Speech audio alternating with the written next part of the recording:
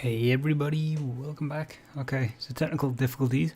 OBS decided to crash, so we're gonna retry this. New game plus, Wack-A-Mole, pure strength run. Let's go. We're gonna be going Giant Crusher all the way tonight.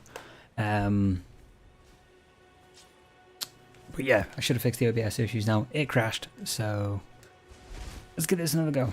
Let's have some fun. So I was saying before it crashed that I was a little bit undecided if I want to do exploration or go straight into a boss fight.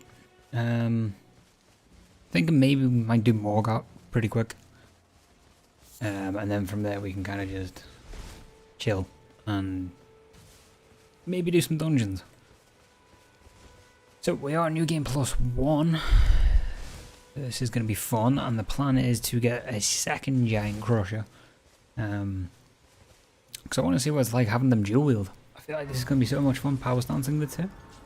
And I actually had quite a lot of fun with this weapon recently. I mean, Radigan and the Elden Beast was pretty easy. Using Lion Claw, it was actually shockingly easy. I really was not expecting it. So hopefully this particular run through, bosses hopefully won't be too easy, but we'll see how that goes. So I should show my stats off as well. We are level 125 right now, 65 strength. If I put the Radigan Soul Seal on, we'll get that to a nice 70, but I don't think we need it. And to be honest, I never really go over 125. If I do, I usually go to maybe 150 max. But I'm pretty happy with kind of how things are right now. I might use the extra 25 points and put it in endurance, but we'll see, because I might split it between endurance and mind. But for right now, not a big deal. We're pretty much powerful enough to take on pretty much every boss, actually, now that I think about it.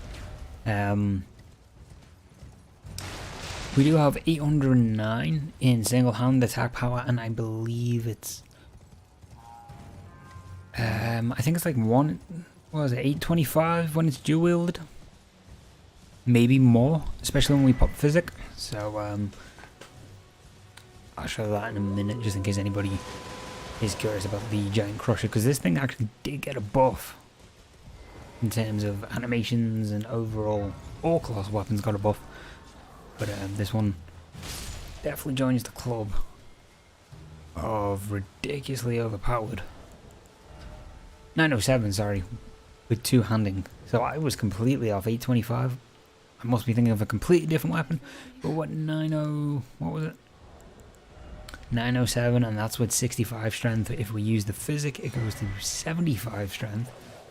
So we shall check that out in just a moment before Morgoth, because I think this is ridiculously strong. As a weapon goes, I forgot how fun it was though to play pure strength as well.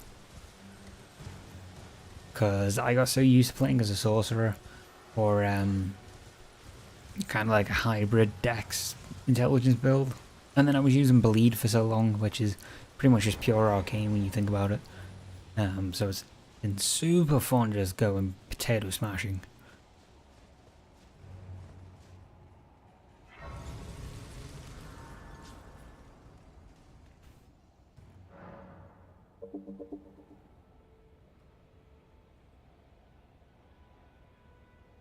Now, I don't have all the flasks just yet. I think I'm missing, what's that, three flasks in total. So we will be getting them this particular playthrough, because we can pick up the gold seeds pretty easily in the early game. So I might as well just use that to my advantage. Sometimes I get them all in a previous playthrough. It really depends on how I'm feeling at the time. So 907, let's pop this physic.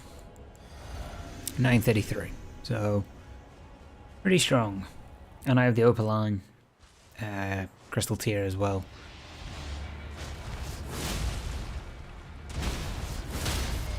For damage negation,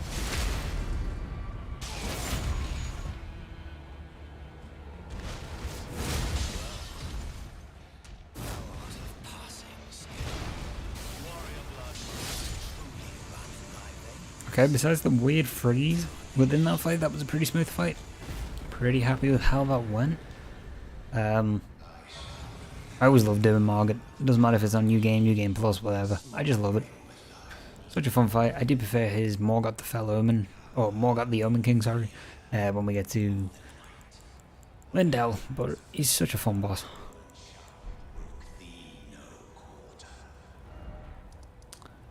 Okay, let's go and do the Giant. I feel like we're gonna treat this like it's a normal playthrough, like the things I would normally do and the normal exploration that I would do. Because I don't really want to just speed through this, I'm having fun on this particular character. And it's nice to just kind of enjoy certain aspects of the game that I would normally skip.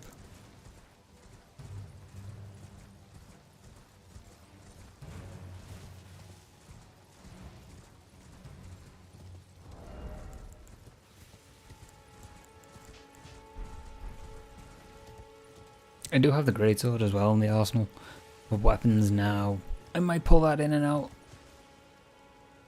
depending on the bosses and depending on how I'm feeling. It's the same Ash of War. I think the only thing that it's not just plus 25, but that's not a big deal because it's still pretty powerful, and I mean it's 75 strength. It's going to be pretty solid as is. So yeah, we'll see how we're feeling. As the playthrough keeps going. I really do enjoy the greatsword. It was super fun. That pretty much carried me most of the playthrough up until I hit the 60 strength cap, and then I switched over to the Giant Crusher. But pretty easily continue playing this game, just the greatsword and doing a power stance.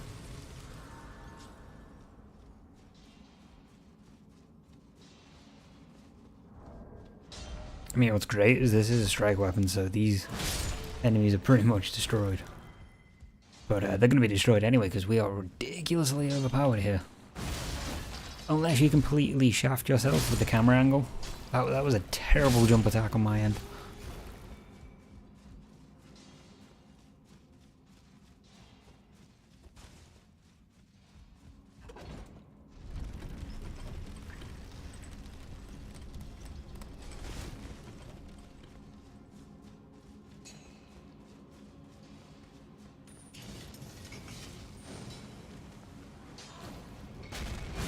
Wack-A-Mole!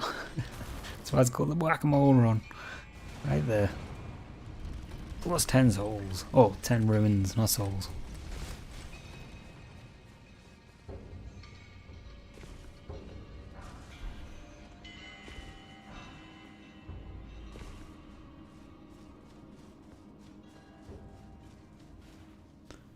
Got a feeling this is going to be a pretty easy fight.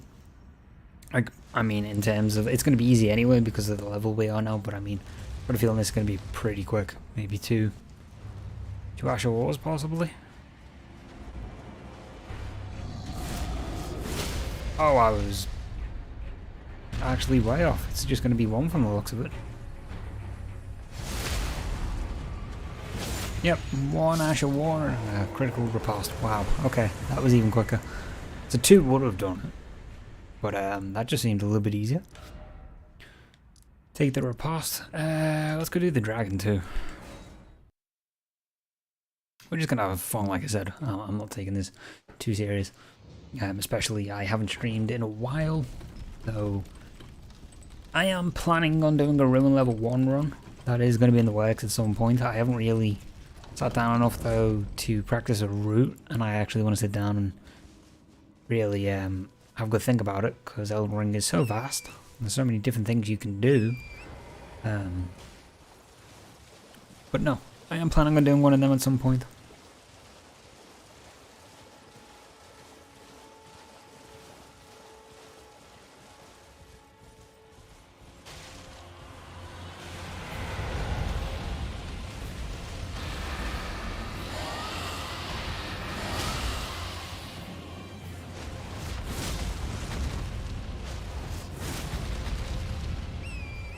Wow, that's the first time I've ever seen that, where the dragon actually goes up on the slope. Wow, that's pretty cool. Okay, that's a pretty cool attack pattern. Never seen him land up that high. Oh, I thought he was going to go on the cliff. I honestly thought that was going to go pretty south.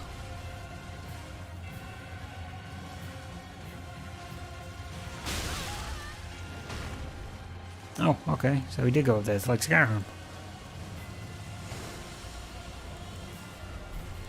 Let me just turn on the audio a little bit. I feel like that is super loud.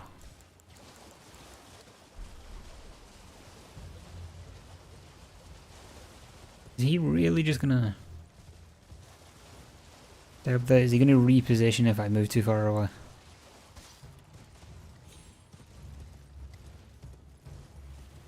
Oh, you've got to be kidding me. Climbs back down. Okay. Oh, well that wasn't cool. Gonna full health. No, okay, doesn't regenerate all his health.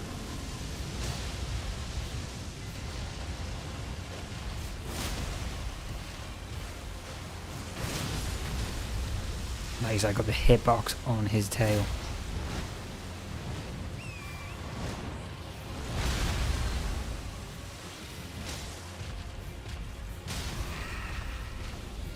Nice, okay, let's get that nice critical hit as a finisher.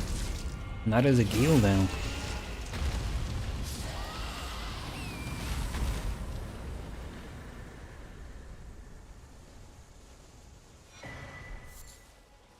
Really enjoyed doing the dragon fights in this game. It's pretty cool.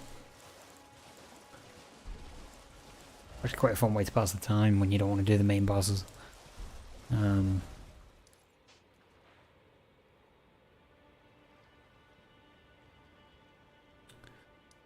Just thinking we could do Renala first.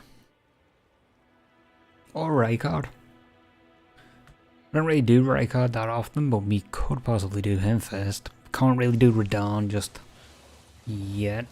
Okay, I was going to say, what enemy was causing my map to disappear? We can't do Radahn yet, because we need to do some of Varani's questline, but we could actually do that right now too. And do Loretta.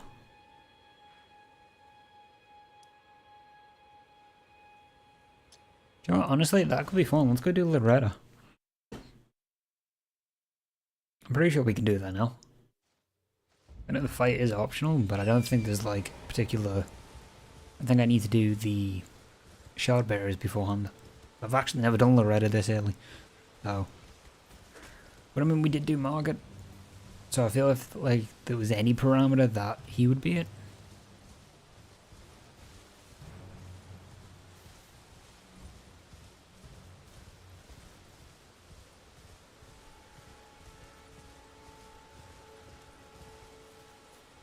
Second folks, just want to check something.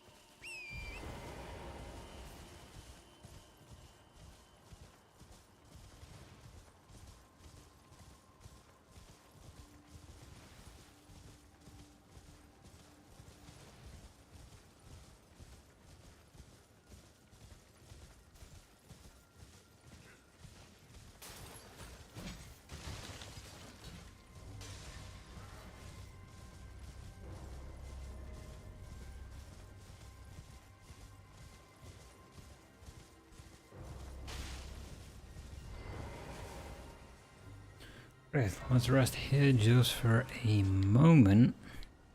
We'll pick up, we will pick up the lantern as well. Actually, I don't think I've picked up the lantern on this particular character just yet, and I normally do, but I have a feeling I kind of skipped past it. I just want to check something on the wiki.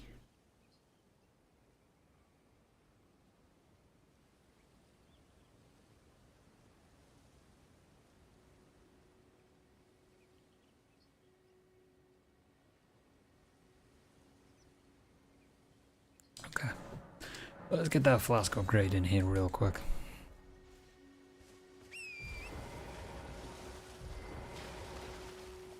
Surprised no matter why don't. Oh, but don't.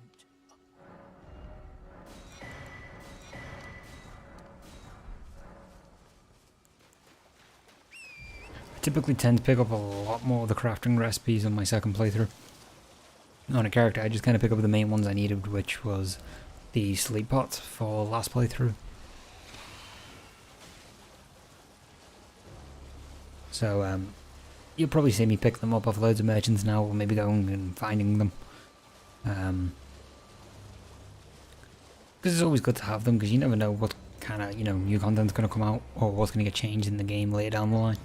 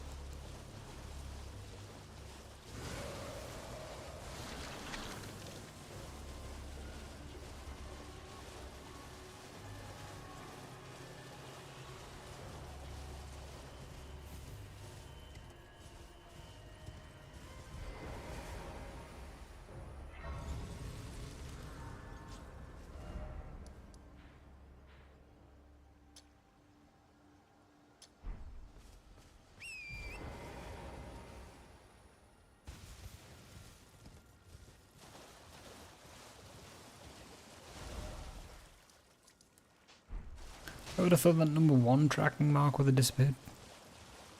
Considering we went through that particular pathway, I must have gone completely past the actual marker though. Let's go get Rhea's necklace as well while we're here.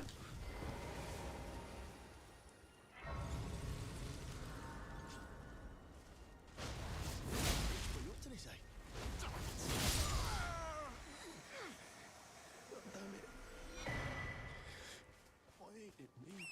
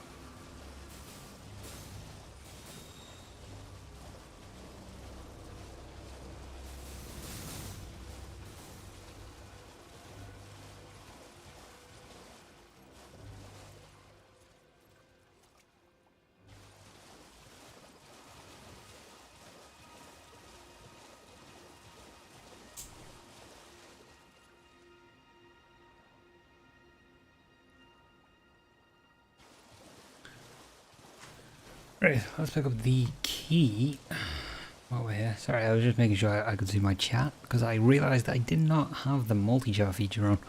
and the chat overlay was actually not on for this particular stream, and that's how I would typically be able to read it.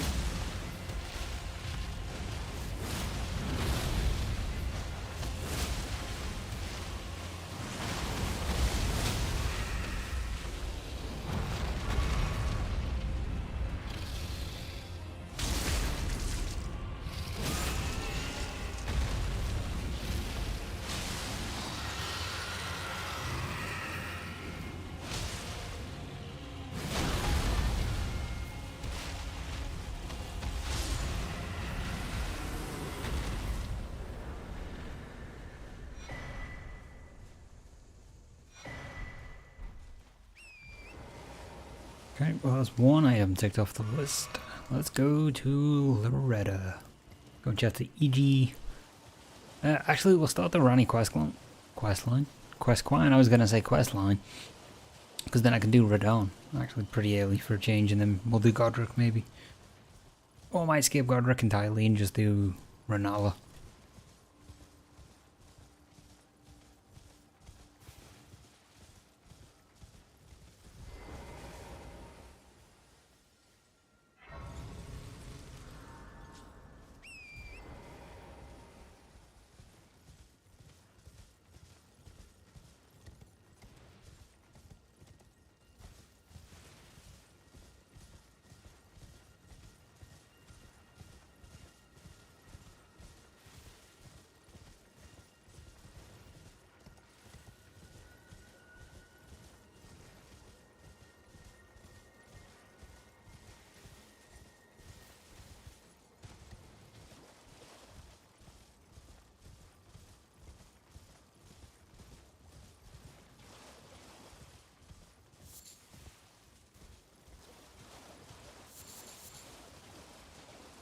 Get them trainers lilies for our sleep pots for the duo.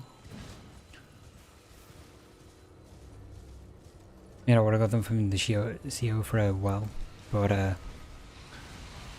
completely forgot that they spawn in this area, so kind of cool to remember. Don't really need all them ruins, we can kind of move on, I think. Oh, what have we got up here?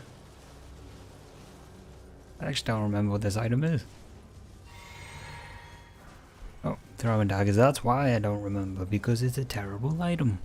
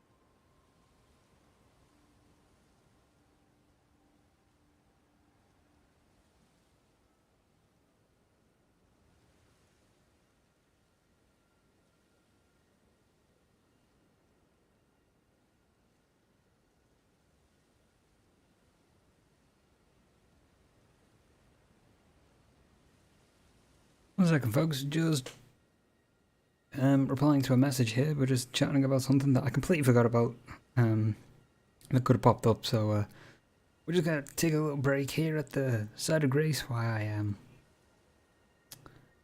we do a bit conversing. So we're gonna have a special guest on stream. It'll be fun. We're going to be having the Gay Charlie on. We're going to be doing a voice call, so it's going to be a bit of fun. I mean, you've ever seen my streams before, you're watching this later down the line, you know I'm a pretty chill guy. Oh. How's it going, bud? Alright, how are you? I'm good. I got onto New Game Plus on the Strength build, so... How's that working out? I noticed the big hammer you have. That thing's humongous. Oh man, this thing, right, got me through the Radagon fight and the Elden Beast fight within 3 minutes. Ooh, wow. Because I actually poise broke the Elden Beast twice. Wow. Okay. Didn't even get Elden Stars hit on me. Didn't even give it a chance. That's definitely one thing I'll have to work on, is finding a weapon that'll properly stagger the Elden Beast, right when I need to. I mean, if you put Lion Claw on it, on like a great colossal weapon, it's pretty easy to stagger. But I would say they're probably going to nerf it soon, because this is definitely overpowered.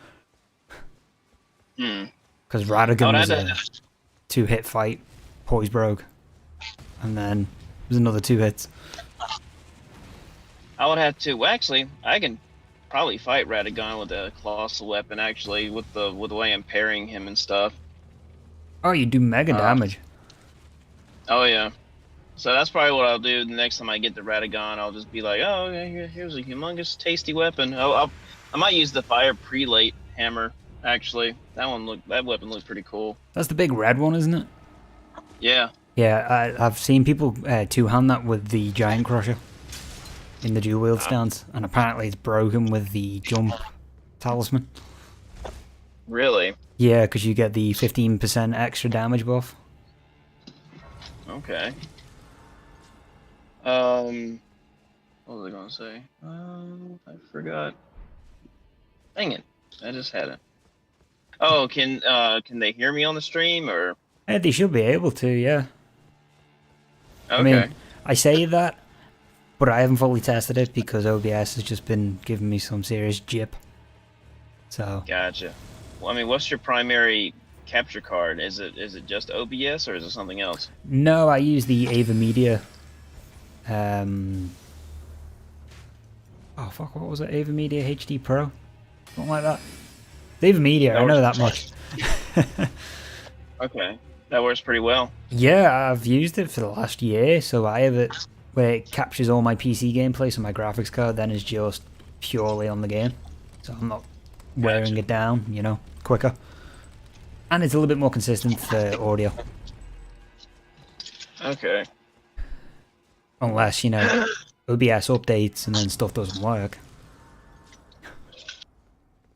Yeah, I've been listening to a couple of Ragnarok reviews. Looks like some of my concerns are actually true about certain aspects. Oh, no way. Yeah, apparently I mean, it's nothing spoiler-wise. It's just little things from the older game I didn't like. Like the puzzles. The puzzles apparently are just as bland, from what I've heard. Yeah, the puzzles were pretty boring in that game.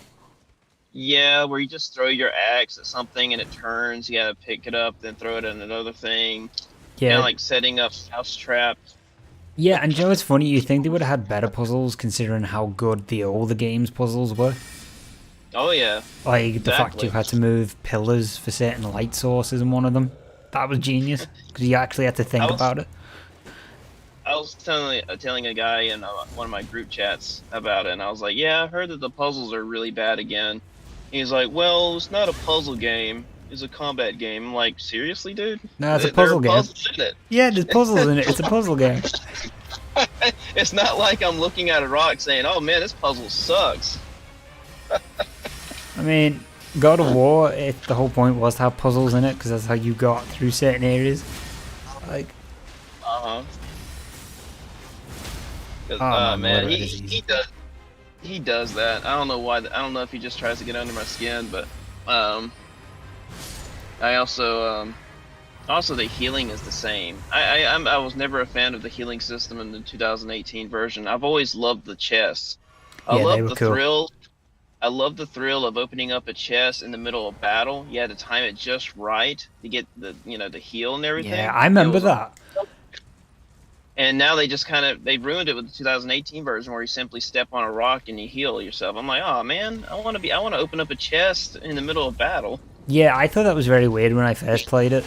I was like, what? Where's the chests gone? Like, where's the main mechanic? Another thing is, you had to decide if you needed health or magic, and sometimes you had to time it just right to get the health that you wanted. Yes, because it used to change, didn't it? Yeah, I'm Constantly. like, oh, why did they get rid of that? Yeah, no, I remember that because I remember sitting there playing the 2018 one, and I remember thinking to myself, why is this like gone? Because that was so much fun. Let's see, he responded. Let's see what he says. Oh, no. That was my wife. Apparently she's battling my son. He keeps waking up while she's trying to take a nap. Oh no way. Yep. So, so what else was I concerned about? Apparently, Atreus won't shut up. He'll tell you hints about the area that you're in, and you can just simply be exploring. You're not trying to solve anything, and Atreus will just keep saying stuff like, "Oh, look at that flag. I wonder where that goes," and he apparently can't even shut him off. Oh really? Yeah. I mean, I know like God of War's always been one of those games where dialogue is, you know, missing for long periods of time. But were they just trying to put filler in there then? Was that what they were trying to do? I mean, they're just trying to be like The Last of Us. I mean, that's whenever I played the 2018 version, I was like, oh, this is just God of War trying to be The Last of Us. I suppose they're trying to take all the game, or well, at the time, all the positive aspects of all the big games from back then, isn't it? When Yeah. Last of Us was out, that kind of shook the world of games. Oh yes, I mean, I thought the also music was fantastic. which one, The Last of Us? Yeah, the music in that game was fantastic. Oh yes, definitely.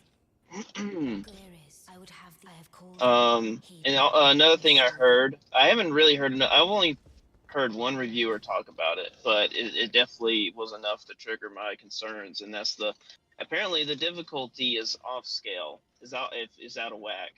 You can select normal, and apparently it's just way too easy. You serious? Yeah. You're So telling I'm like, me well, dang.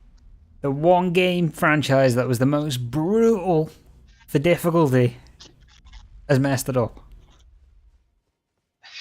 I guess so. I mean, he even said he would recommend Give Me God of War, which is really, which is basically enemy sponges in the first game. Apparently, it's very spongy for the first half of God of War, and then it kind of it levels out. Oh But wow. I kind of I don't I didn't play it long enough to see. Um, but apparently in this one, Give Me God of War is probably like give me a challenge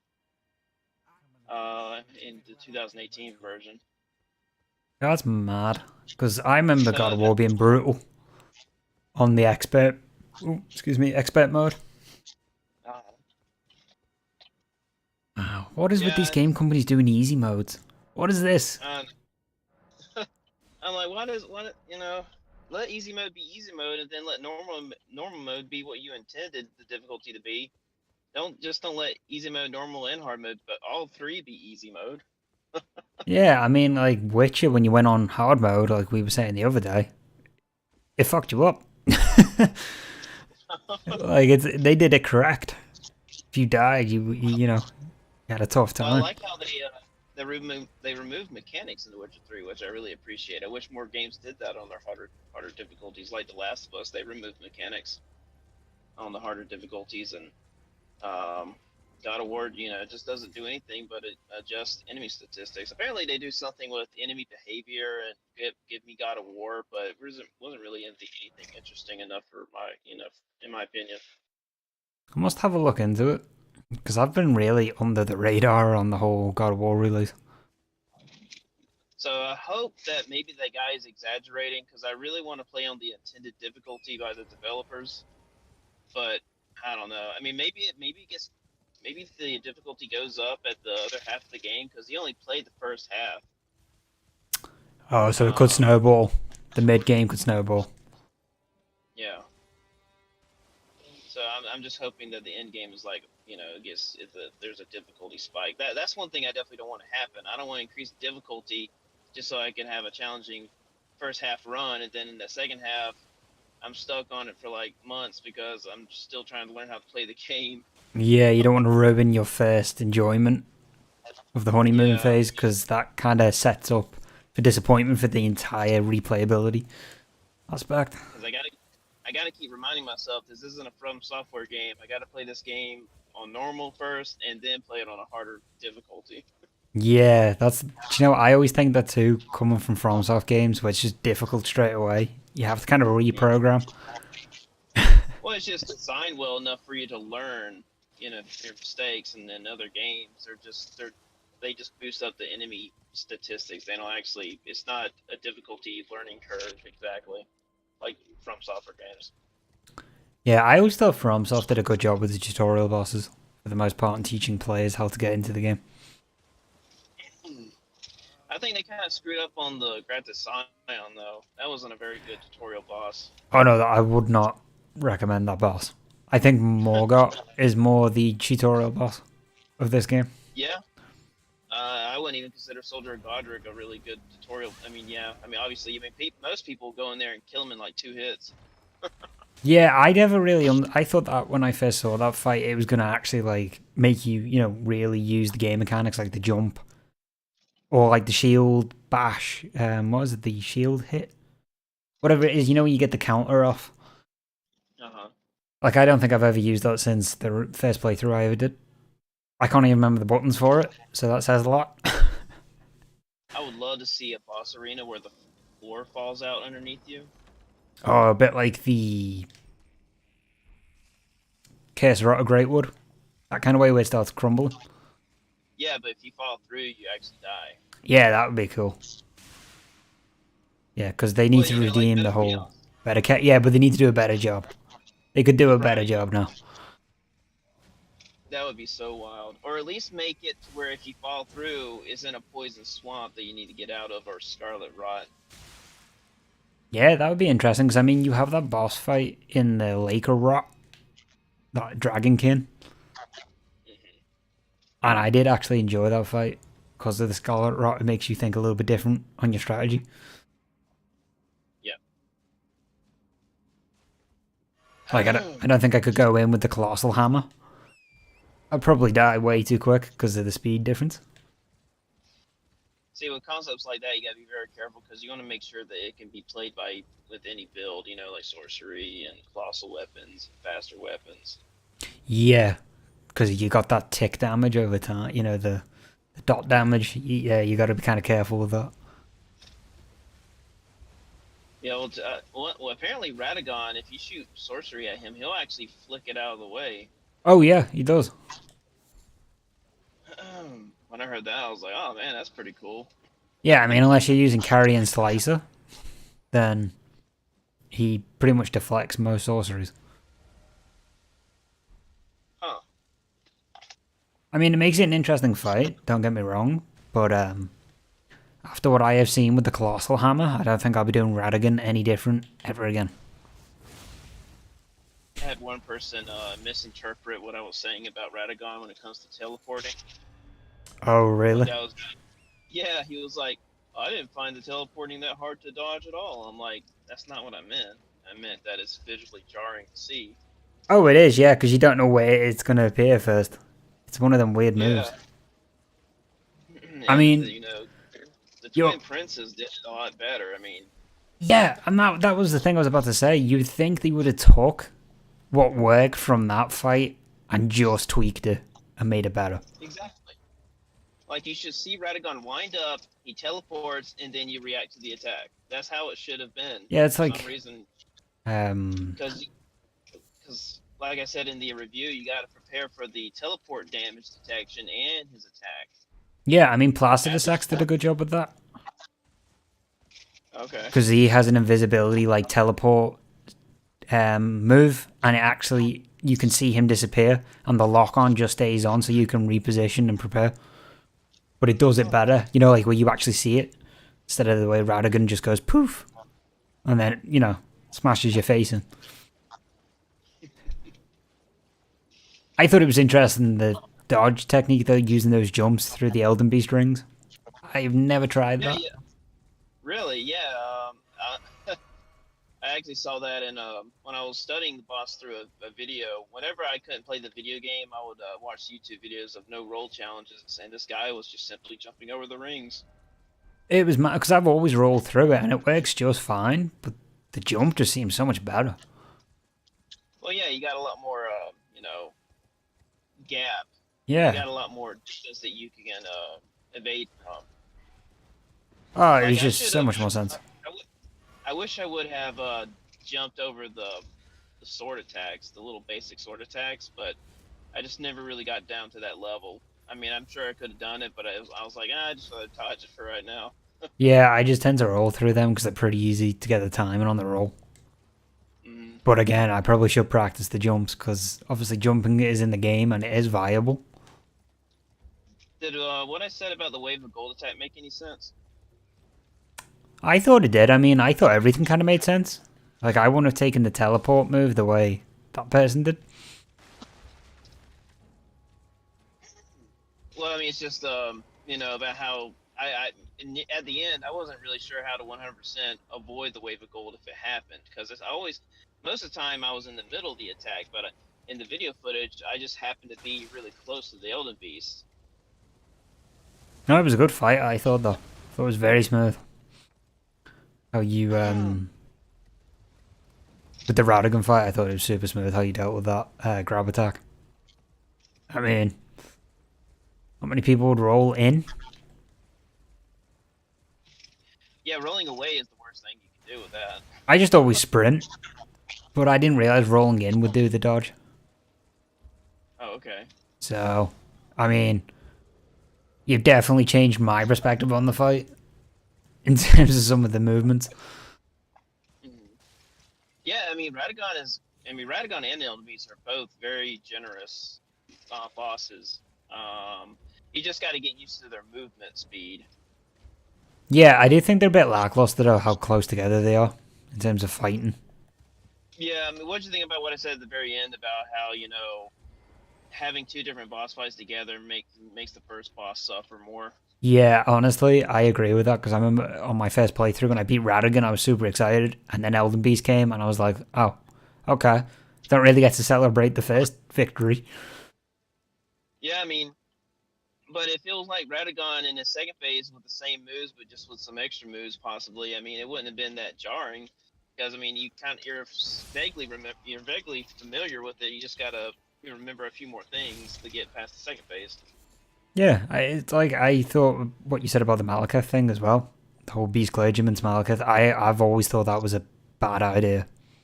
What they did. Yeah. Because Malekith is way cooler of a boss on his own. Definitely, and I mean, even in I think I mentioned a couple things I was concerned about the future of the From Software games. Yeah, I was concerned about attacks where you have to take damage in the boss fight. I just hope that's not a reoccurring thing in the design of the From Software games. Yeah, I mean, isn't Elden Ring the only one that's really done that? I'm sorry? Is Elden Ring the only FromSoft game that's really done that? Where you've been forced to take hits? So. Yeah, I think every other boss you've been reasonably be able to avoid every attack reasonably well. Now, of course, there's the Four Kings with this Energy Bolt attack, but that's a rare attack, and you can outrun it, or you can just use a shield. Apparently, you can use a shield to 100% block damage. Oh, yeah. But, of course, I don't like using a shield, but... yeah, I did that. I like to be able to run away from it. Yeah, no, I used that approach for that particular attack. Shield. Yeah, if you shield it, you only lose, I think it's like quarter of your stamina depending on how you're spec'd. So. Okay. I mean, maybe the shield is, you know, technically the best strategy to deal with that. That way you don't have to deal with the RNG of running away from it. Yeah, because it does track for a long time, that attack.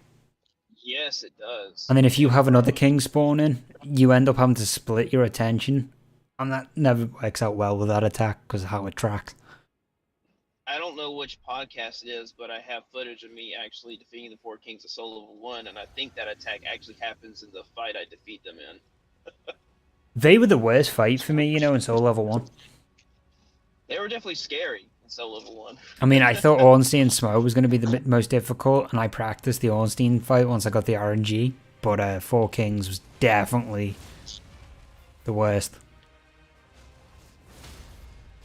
Oh yeah, God forbid he said you say something bad about Simone Ornstein. You mentioned that they have RNG and the design is flawed. Man, people can jump all over you about that. Oh man, I always say shit about Ornstein Smoke. And I don't care. If people don't like it, then that's their problem. A lot of things that people fail to understand is not the difficulty, it's just the design flaws. Yeah, I mean, though, that being said, I've never seen a fight duo as good as them in terms of one so aggressive to the other being more of a blocking eyesore, so you can't see the aggression from the second enemy. I think they did a good job with that idea. Okay. You know, because I mean, like, just the size difference. Half the time you don't see Ornstein. You know, if you're not paying attention, Smo walks in front, and then Ornstein freezes, and then all of a sudden he's next to you. So that makes total sense. That's why I always do Ornstein first, Same. because I'm not visually impaired. Yeah, I don't like having Ornstein floating around unless I have to. Because Ornstein, he'll stab you right through Smo. Yeah, I mean, talk about the greatest partner in the world.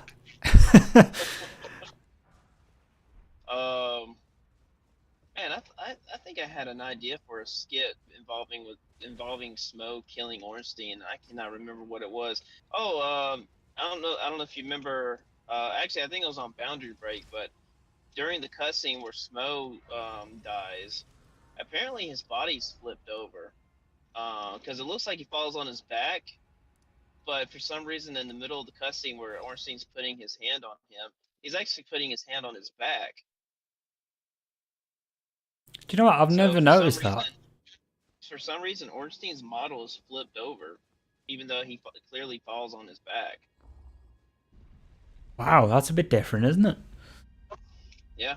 And another interesting technique for the cutscene is when Ornstein is getting larger, the structure around him actually shrinks instead. Yeah, I knew that because I also knew if you kill Ornstein and Smo at the same time, Ornstein's the primary boss that will scale in the code.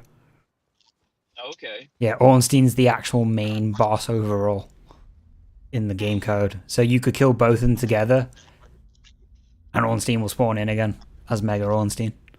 I think I've seen that video, but I couldn't remember which one was the primary. I always thought it was interesting though about the arena, how that shrinks. That was pretty cool. Yeah, definitely. There's a lot of very interesting. That's why I love boundary breaking video games, because there's all kinds of neat little tricks. Yeah, have you seen the Gwendolyn one?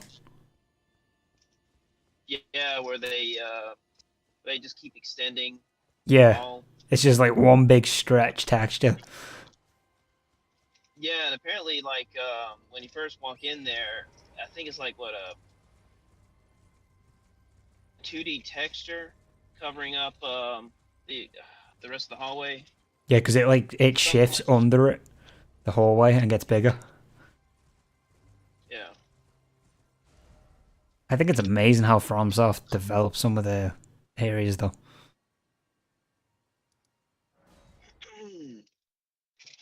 I'll just show you some of my little Big Planet levels. Maybe one day we'll do a stream and I'll just show you how I created them, because it's pretty interesting how everything works.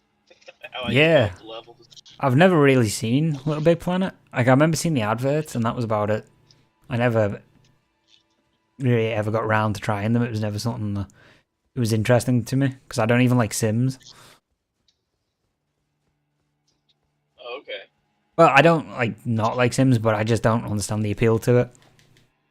I like Sims 3. I think I got enough hours in it to where I'm like, you know what, I think I got a good sample of that game. I don't want to play it ever again.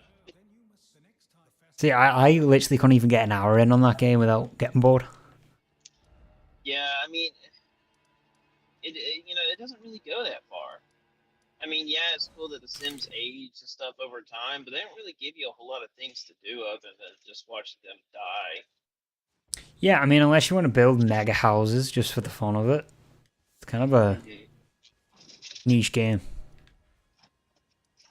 Yeah, I just Sims. If Sims wants to really reach out there, they need to have like an auto-generated story mechanic, where depending on your Sims decision, a story will actually play out, and like you could easily lose your house or something like that. And maybe it'll play a cutscene and it shows your character. There's so much stuff they could do with it, but they just keep sticking with the basics of their idea.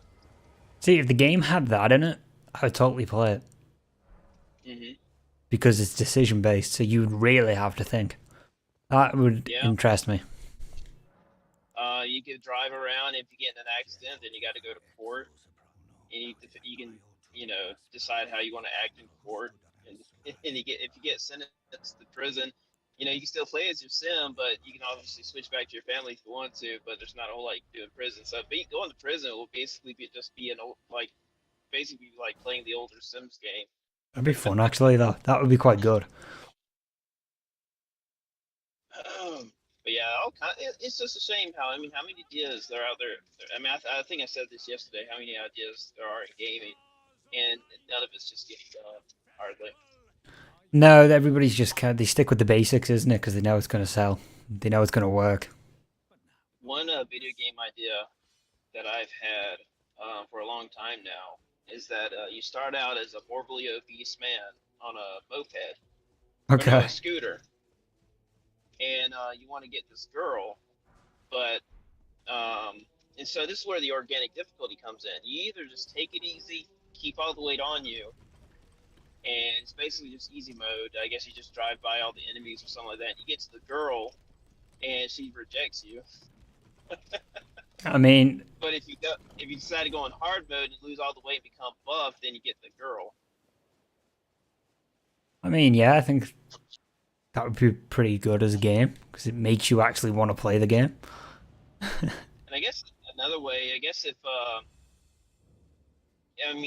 guess another hard mode would be you could still get the girl while being morbidly obese. You have to have a really good personality.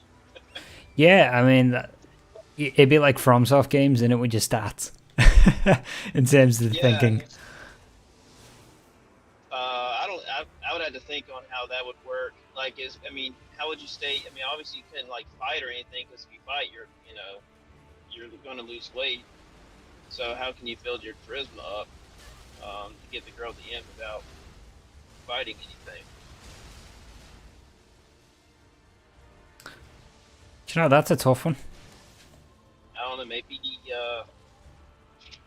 there could be like a puzzle section where you could just use nothing but brain to solve all the puzzles. But it's not a puzzle game.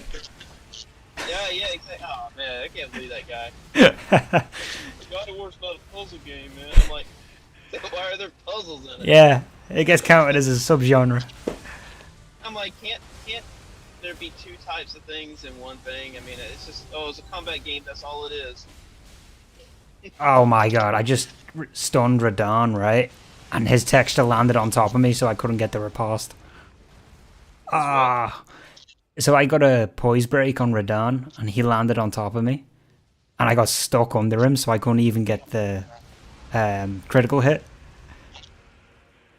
I saw someone stagger Radon right in the middle, right before he hit someone in his meteor attack. Well, you can do it if you get the timing just right. Or in my case, you can't get the critical hit, and he does the meteor strike. Now, is that an automatic stagger if you land it just right, or is it just build up on poise? It builds up on poise. Okay, so it's not an automatic stagger. No, so like, it just literally, because I'm using the Giant Crusher, it took 3 Lion Claws to get the riposte section. I wish that's a shame that they couldn't have been an automatic stagger, because that timing would have felt. Imagine if that was an automatic stagger and you just nailed that timing to get that. I mean, imagine how satisfying that would have been if that was actually in the design. It'd be as satisfying as parrying Pontiff.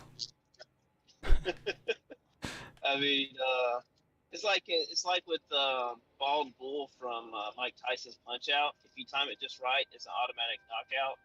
Oh wow, okay. When he charges at you, I don't know if you've seen the game before, but Bald Bull, he was my biggest roadblock. But he had this charge attack, and you could dodge it, However, if you hit him with an uppercut timed just right, it was an automatic knockout. Oh wow, okay. Interesting. See, that makes the game though feel really good. But because you feel like you've just earned something. Yeah, I mean, it's not like it's gonna break the boss. It wouldn't break Radon or anything like that. It would just be a really satisfying mechanic.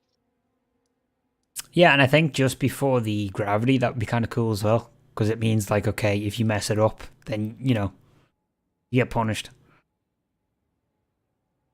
Oh, GameStop called me and they told me that the GameStop I pre-ordered God of War Ragnarok from is actually having a midnight release Tuesday night. Oh, wow. So I'm like, oh, wow, it's been a while since I've been to a midnight release. But I'm actually on call that night. So Oh, that I'll sucks. have to get there like maybe 5 minutes before midnight because I just want to experience it just for a little bit. Yeah, no, that makes And sense. I can't stand out there for like an hour because I might get called out. And so what I might do is I'll get home Tuesday night, eat something real quick, and then just take a nap. If I can, I don't know if I'll be able to pull it off because of my baby. Goddamn kids. Yeah, so if it doesn't work out, that's fine. I mean, I just hate that. I wish it was on a Friday night or something. Yeah, when you can actually have a bit of free time. I mean, it's in the middle of the freaking week.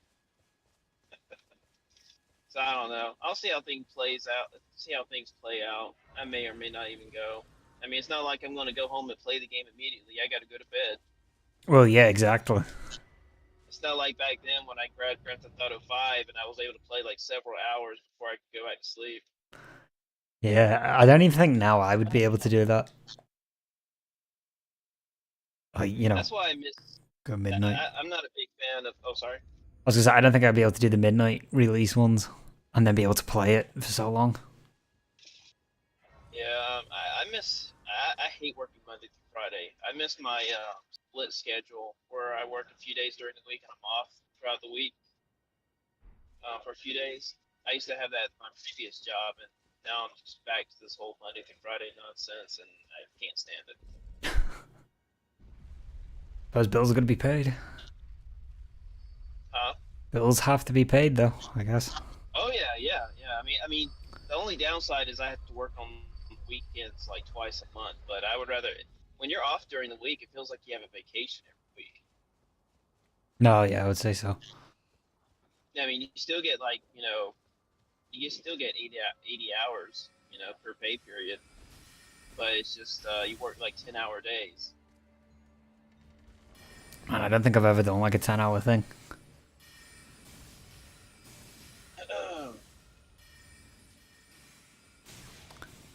Okay, well, I officially hate Lucaria.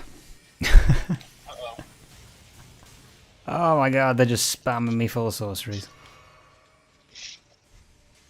My dad, he works like, I think he works 10-hour days for like 7 days in a row, and then he's off for a whole week. Wow. Well, that makes sense, actually. If you knew you were going to have a whole week off, that would make total sense to do. I mean, that would be nuts. I wish I could get something like that. I mean, imagine how much time you can relax during that time. I mean, I wish more jobs could do that, where you could just work for a whole, 7 days in a row, and just be off for. Well, I mean, a whole week. It makes total sense, though, doesn't it, as a system? Yeah. Because somebody else is going to be in doing that week, and then they're going to be off, and then you'll be back, and then makes total sense. Yep.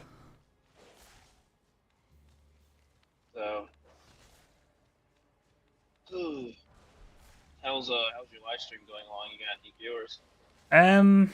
5 or 6 so far. It's been a bit quiet, but it has been a while since I've streamed, so I've got to fight that algorithm again.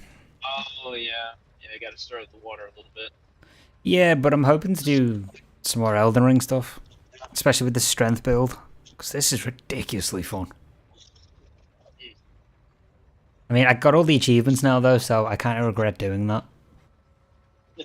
I mean, like, it's a great feeling knowing I've got them all, but now I feel like I have nothing in the game that's going to ever pop up. I'm gonna wait on Elden Ring. get the platinum. I'm gonna wait for the DLC to come out, see how it affects the vanilla game, and then I need to go back to Demon Souls for PS5 and get the platinum for that, because it's slightly different compared to the PS3 version, obviously. So it's worthy enough to get the platinum for that. But I'm at the trophy now where I have to get all the rings, and it's just really tedious farming for those rings. Oh no, I get it, man. That reminds me of the, we had to do all the legendary weapons in Dark Souls, all the boss weapons. That was for me, that achievement was the worst because of all the farming. I had a dude message me on PSN saying, "Hey man, can I drop these items to you and can you drop them back on another character I have?" And I was like, "Oh, sorry man, I don't do that anymore." No, Like, you don't why want a not? chance to that. Yeah, someone's like, "Man, I mean, don't take this personally, but you could have hacked items, and I don't want to risk having my account permanently banned." Yeah, forget He's that. like, why would I do that to you? I'm like, I don't. I mean, I don't know who you are. Why wouldn't you though either? So. And so he was like, well, I'm sorry you feel that way. I'm like, well, man, it's just how things are. I mean, back then it was a little safer because the games were not as popular, but now the games are extremely popular. Yeah. There's going to be more screwing around. Would you remember the whole fear thing that was going on? I don't know if it was happening on the consoles, and it was on the PC quite a lot. The whole fears panties getting dropped and people getting banned on the PC. I think I vaguely. Oh man, it never happened to me, but people were getting banned, and then FromSoft were having to unban them when the new update came out that fixed it. Really? Yeah, because it was a glitch within the game. So it was supposed to be an item within the game when the game came out, but they decided against it. And what people were doing was bringing it back in the game, and it gave you unlimited poise. So you never died. You never got stunned. So It's something you could wear? yeah, it was an item that you could wear that was in the game code that had got scrapped. Oh. But people were modding it in, and it was giving you like unlimited poise. And obviously, if you picked it up, then your account got soft banned, and then it got completely banned. And then it was just a big mess for people. Do you remember the variants, the weapon variants from Dark Souls 2 on the PS3? No, I actually never played Dark Souls 2. I did Dark Souls, and then I did number 3, and I just skipped over number 2. So. Okay. Well, I don't know if you know this or not, but they are promoting the DLC for Dark Souls 2, and so they dropped random items in a chest in Majula. Oh wow! Okay. Variants of existing weapons in the game. Nothing else is different about them other than their look. The longsword was basically the Blue Knight longsword. That was one of my favorites. The Murakumo was actually black instead of silver. Oh wow! And that's pretty cool. The katana, was it the katana? I can't remember what the katana difference was. Maybe that. Oh, it had a white hilt. I think it was either a white hilt or a white blade. I remember seeing something about that particular one. Okay, and the large club was bloody. Oh wow! Okay, I missed out, obviously. Yeah, I still have a save with all of them on it. Oh no, yeah, you got to keep that save. I just never did Dark Souls 2 when it came out.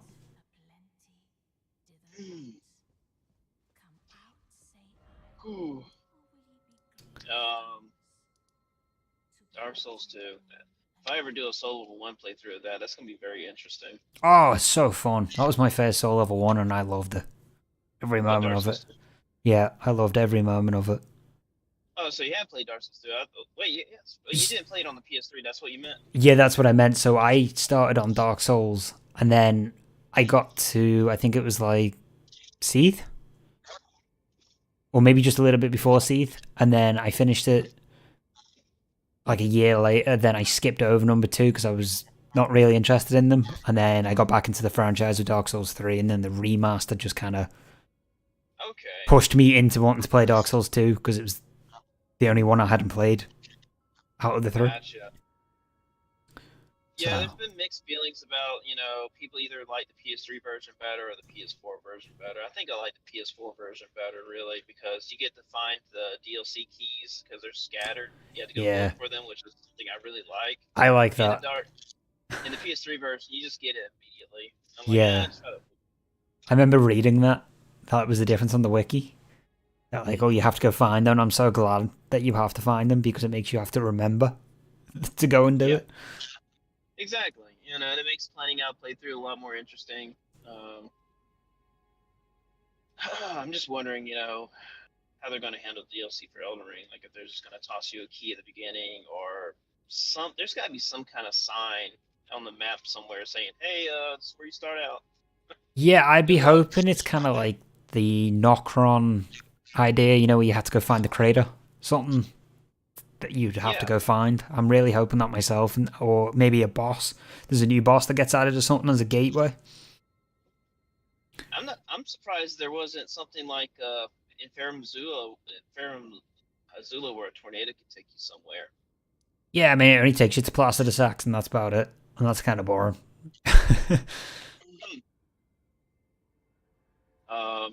I kind of miss being carried around places. I guess it's not too well. No, I won't say that because it has happened a lot, very often in the series.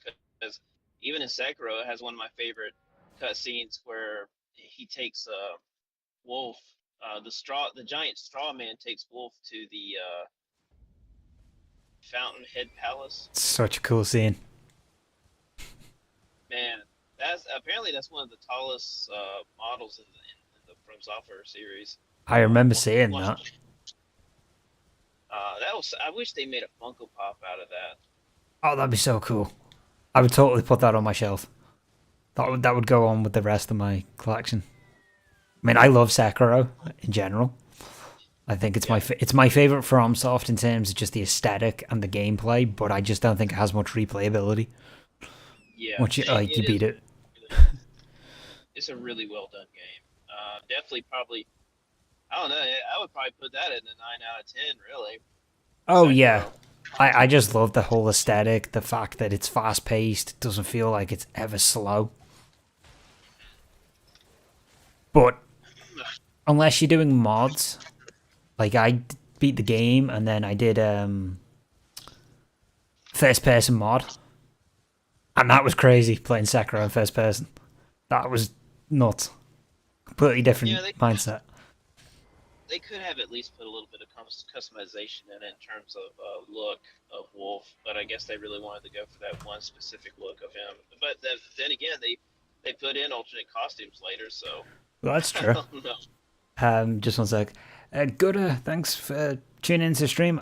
I don't have a link for this build, but I can show you it. It's pretty basic strength build. Nothing too fancy. Yeah, no, Sekiro's cool. Love it. What's your favorite boss in Sekiro? I think it has to be Genichiro. Okay. Okay, that's cool. That's a good It fight. was it was Demon of Hatred, but I don't know. This fight's a little bit too long. I like the ape. Yeah, the ape is good. I think the arena's cool. I like the duo fight with the ape. Yeah, that was fun. Um, what else? What other fight did I like? Owlfather was interesting. Yeah, I kind of got bored on that one. That was one of the few Oh really? fights. Yeah, I don't know. I think I was maybe fed up with the game at that point, a little bit burnt out because I'd done a lot of the stuff. I think it was just kind of wanting to get it wrapped up. Yeah. Well, you're talking about okay, yeah, that one is at the very end. It's amazing how fast Sekiro can get over with. I think whenever you get the rhythm down in Sekiro, you can just fly through the game like in like an Oh, hour yeah. or two. Yeah. Once you get the time and you feel like you're a god. It's just so satisfying to do Deathblow. Mm-hmm. I mean, I've tried streaming that game and I just run out of steam like 20 minutes in. Oh, I really? just can't get the replay at all. Mm. Yeah, And it's a shame. unfortunately. because everybody really wants me to play it half the time, and I can't do it. I streamed once when I was like in the hot rhythm mood of Sekiro. I streamed myself playing through the entire game in like an hour. I think it was an hour or two, and and I was just in it. The game clicked with me, and I was just all. I mean, I was just extremely focused in the world of Sekiro. Oh, you have to be though. Like focus is key in that game. I was so afraid I wouldn't be able to do it because of my attention span, but I was definitely wrong about the deflection rhythm. I thought it wasn't in there, but it was, and I just had to play the game a little bit longer. Yeah, because once you get it down, it's great. You don't forget it. But I thought the same. I thought, oh man, I'm gonna lose, focus on this stuff because it's just, deflect, deflect, deflect. But Yeah. I just found myself getting really engrossed in the game, and I was like, wow, this is amazing. This is like the best fighting mechanics I've ever seen in a long time. I think listening to music helped me. I was listening to "Kickstart Your Heart" by Motley Crue, and I think What a tune to listen to. What a tune. That's gonna actually, you've just started a whole new topic in a second. I've got a serious topic now that we're gonna have to talk about in a second. But just give me one moment. My cat is deciding to be a noisy little bugger tonight because he's not allowed outside anymore. He's not allowed outside. No, he's got arthritis in one of his back legs, so Oh no. he's only 3 as well. He's not even that old, so but he has to stay in overnight time because we have foxes and badgers up by us. So that's not a good mix, So I'd rather put up with the Mew Mews. Do you have coyotes out there? No, that's the one thing we don't have by me. Like in the country I live, it's mainly just foxes and badgers. I don't think we have badgers out here. I know we have them in America, but I don't think they're where I'm at. At least I haven't seen one. Hey, you'll find this funny. Yeah, I know that America's very known for the coyotes, but I always was wondering if it's like state to state. Somebody just put on my stream here that they were stuck on Ishim for 3 days, and the boss is disgusting. What do you think? Oh, Sword Saint or the other fight where the whole arena's on fire? Yeah, okay, yeah, that's a good question. Because he didn't state that, or well, they didn't state that. Sorry. I mean, yeah, I don't know. You can easily get them mixed up name-wise. So Motley Crue kickstart my heart. What a turn. Okay. What is your opinion on the whole Mick Mars leaving Motley Crue? Oh well, I'm not that deep into it. It was just a song I was listening to because Joe Rogan stated that was one of the best songs to work out to. And so when I was playing Sekiro, I was like, well, let me just play it while listening to Kickstart My Heart. But when it comes to band information, I have no details or any information about them. Are you a rock guy, or are you more the pop music, or? Well, I like listening to music for inspiration. So I don't really have a very specific. I mean, Imagine Dragons. I find myself really enjoying all their songs. Oh man. But I went Queen, I guess. What a Would band. probably be my favorite. Queen really helped me through a lot of darker moments when I was younger. See, that's the power of music, isn't it? Freddie Mercury was a god. Oh yes. Oh man, I mean his music videos were so corny, but they were just so fun to watch. Oh yeah, and then you got Dr. Brian May just being a phenomenal monster of guitar shreddery. And I can't imagine how much Freddie Mercury. I keep on wanting to say Freddie Krueger, but Freddie Mercury. I can't imagine how much he wanted to get, how much he could accomplish these days. I mean, that would. I mean, what kind of songs he could have wrote and published around this time? I mean, he still would have been, alive. The man would have been creating masterpieces. I mean, Freddie Mercury has his own scale on the piano. That's how good he is. Yes.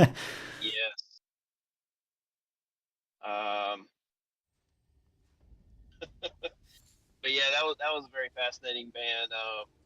When growing up, let's see, there was Queen. I think Queen was really the only band I really absolutely got addicted to. Oh Um, wow. every other band had a few songs I like, but I'm like, I'm not really in love with the band. Yes. Okay. No, that makes sense. I'm a proper music nerd nowadays. Like I really go, Okay. because I play instruments anyway. So you know, music is pretty much. I have to put Spotify on straight away, pretty much in the morning once I got my Did that computer on. guy did that guy clarify which instrument he was talking about? No, he didn't. Oh. Oh crap! That's the wrong drop. Oops. Um. No, he hasn't actually put in yet. Fingers crossed he'll do it in a second though, because even I'll be curious on that one. Yeah, no, I'm a proper music nerd. Like, I will go. If I like a band, I will listen to the whole catalog, and I will like just study everything, every player in it. Mad. Uh, these days I kind of like listening to music that I can create a scenario in my mind to help me get, get a kind of build up emotions, just to kind of feel sadness. I guess it's kind of weird, but No, no, I get it. um, I actually get that. because sometimes it's because sometimes I just want to. I like manipulating my emotions, and that's what I use music for. I'm like, okay, I want to feel sadness today, and even though everything's fine, I just want to make. I guess internally, I just want to make sure I can still get sad Yeah, sometimes. make sure you're normal. Make sure you're still working Yeah, properly. and I also I like music soundtracks, video game soundtracks to listen to because like I said, I use music for inspiration because right now I'm in the process of working on a novel inside my mind. I just got to start writing it down finally. Oh, nice. And a lot of songs have helped me figure out what I want to do for the story in general. No, that makes sense. And I fully get where you're coming from about the emotion thing because I find like I could get up and I could be in the best mood and I could put on the heaviest sounding track ever because I just have this little bit of frustration. And you don't know it. It doesn't show, but it's a great way to get rid of it. I mean, my guitars look like they've been beaten around with a club. Because depending on the Yeah, emotion. I think the saddest song I've ever listened to was actually from a children's movie. This is the Really? person do it. Yeah, it's from All Dogs Go to Heaven too. Oh, I remember that film. It's called "I Will Always Be with You." It's hard for me to listen to that song without tearing up. Oh wow. Yeah, Well, they've it's a done a very good job sad then. song. That's a good testament.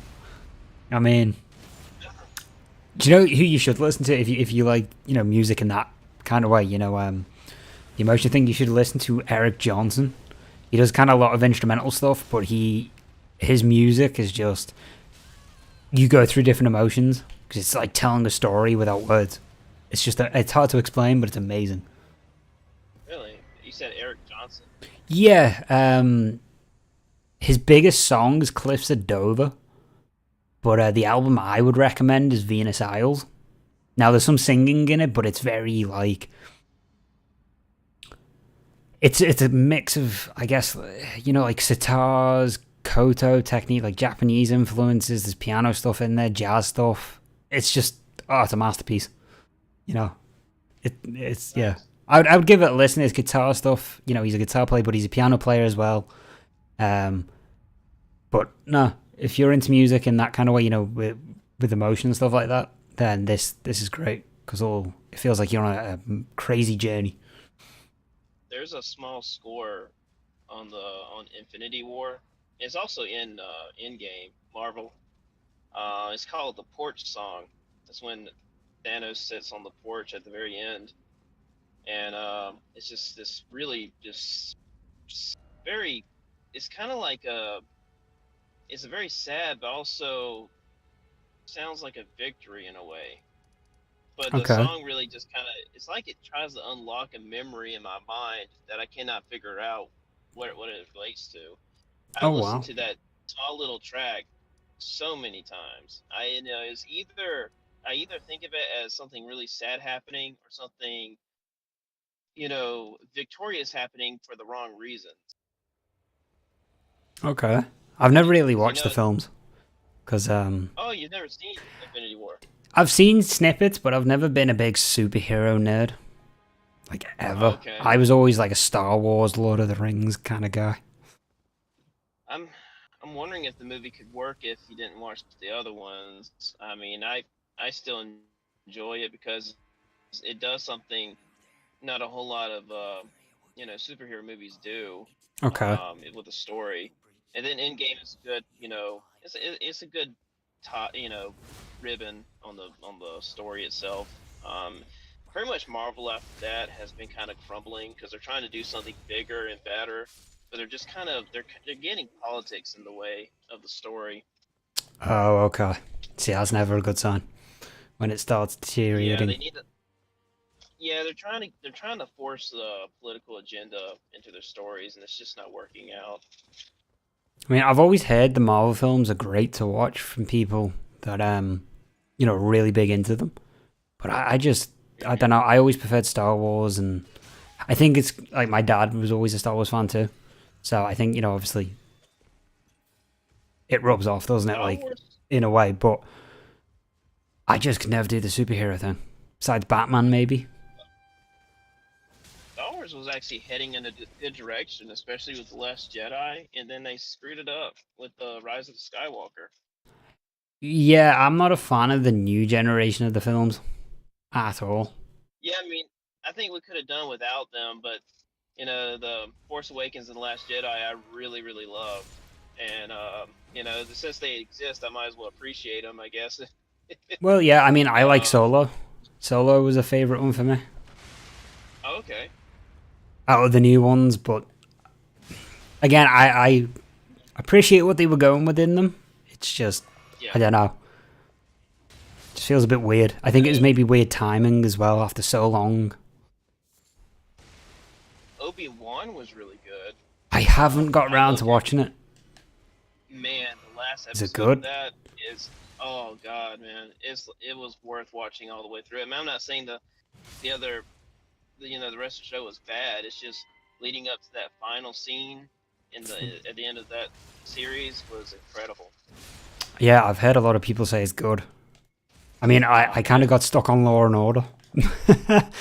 Because I had never seen Law and Order, and I started binge watching it, and I'm like, oh my god. So, I still haven't finished it. Still getting there. Did you watch The Mandalorian then, I'm guessing? Oh yeah, yep. I'm definitely on top of that. I didn't watch Boba Fett because I heard that wasn't really hitting the mark, so I skipped on that one. Oh man, I love it when Star Wars Day comes though. Absolutely love it. Oh really? Yeah, I mean, when I was a kid, I was always watch the films, and then I like the model ships. And then I have actually a model statue collection, like little statues. I guess, like when you think of D&D characters, those kind of models, where they're painted. I have a load of them. So. Oh nice. I for Christmas, I think it was like 1997. Christ, Yeah, I it wasn't was even born then. I have. Oh, you weren't born? I wasn't born until 99. Oh, okay. Yeah, I was actually born in 92. Oh, wow. So in 97, I actually got Star Wars action figures for the re-release that George Lucas did. I think this was the year he released the CGI editions. Okay. And I got all those little figures, like the 3CPO and Darth Vader. I got like voice changer. It was a really big year for Star Wars. We've got a historian here. Huh? We've got a proper 90s historian. Well, it's funny. My wife, she actually has she had like 8mm tapes of when she was a little girl in 1997, also in Christmas. And so on our Facebook page, we put them side by side together. So as her Christmas is playing, my Christmas is playing at the same time. Oh wow, that's cool. In 1997. That's actually pretty cool. But I mean, my wife is actually older than me, so she's definitely a lot taller on her side. Oh, cradle snatching, was she? Yeah, well, I guess I've always loved older women. I mean, I'm not saying she's 87 or something, but she's just a few years older than me. 87. I just love how you picked that number. 87. It just went, could have been 60, but no, it had to be 87. Man, No, it's just I don't know. I guess I've always preferred more mature women. I don't know. fair enough. I mean, do you know, I don't even like own anything from 1997. Like, I own records from like the 70s, but I don't have any 90s stuff. Huh? Yeah, You I'm don't a have like Toy bit of a Story nerd. stuff? Say that again? You don't have anything from like Toy Story? No, nothing. Yeah. I mean, I'm. No, I don't think there is anything actually going that old. Man, the leaves sure are falling today. Oh man, we've had storms where I live.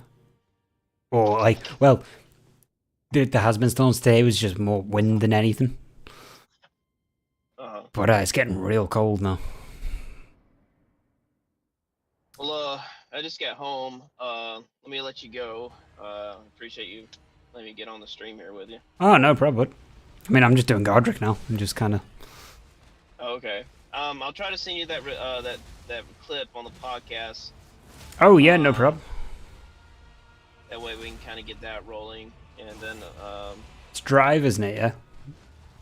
I'm sorry. Yeah, Drive. I got your email. I'll send you the footage, and I guess upload it whenever you want. Yeah, well, I mean, if there's a specific day that you want to put up, I can put it up. Because I was going to ask, is there like a specific thumbnail or anything? Or... Oh, I mean, that's up to you. I was just going to give you the audio file, and you can just do it whatever you want. Right, okay, no props.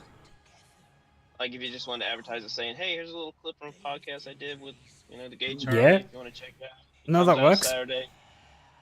That works just fine for me, actually. So... no problem. Alright, man. Well, let me go ahead and let you go. Yeah, no worries, man. Enjoy the rest of your day. Chat to you later. Oh, you too. Bye-bye.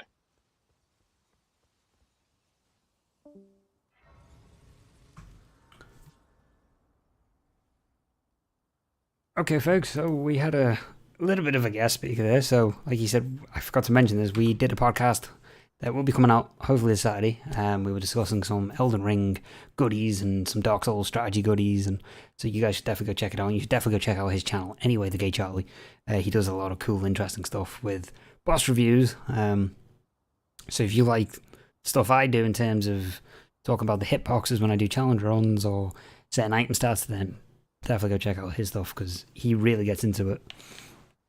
But that was pretty cool. I think that's the first time we've ever really had a kind of a an extra on the stream in a long time, so that was pretty fun. So yeah, we're gonna keep moving on here. We've just done Godric, we've done not Caelid, we've just done Caelid. No, we've done Godric, we've done Radahn, we've done Renala, so we can actually get to the capital. We're an hour and a half in, so that's not too bad. So I might do a couple more bosses in the capital. Done a couple of dungeons as well. So, yeah, it's been pretty fun. As I said, there was nothing too serious about this, so I think what we might do is move to the capital now.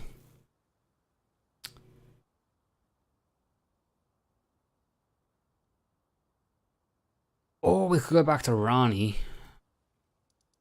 because we can continue her quest. Decisions to be made, guys.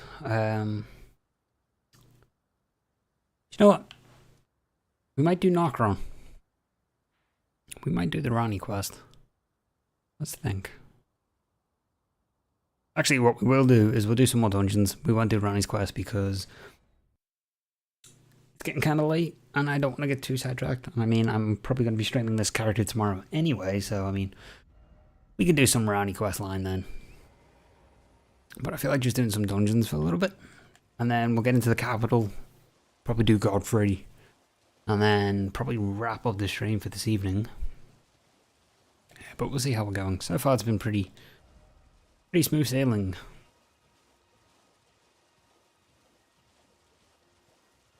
You know, I'm thinking about, like I said, putting the extra 25 points between endurance and mind, but I'm also thinking I don't need it right now. Because there hasn't really been an issue just yet in terms of boss fights with stat management. Goddamn crawfish.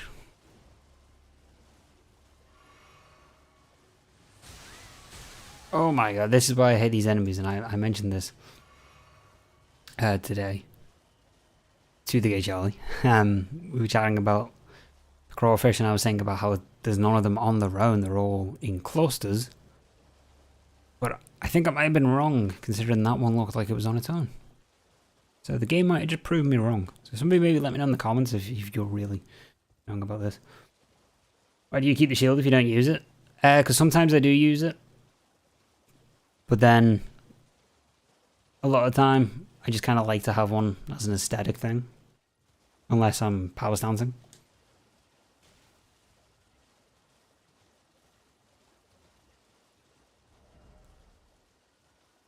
Plus it's 100% physical.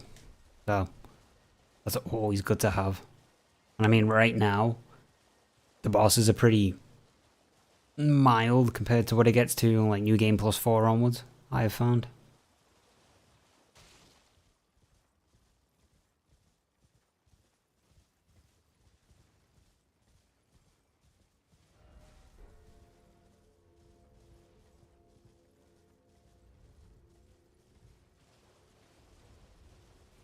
If anything, I should really have the turtle shield on for the stamina regeneration.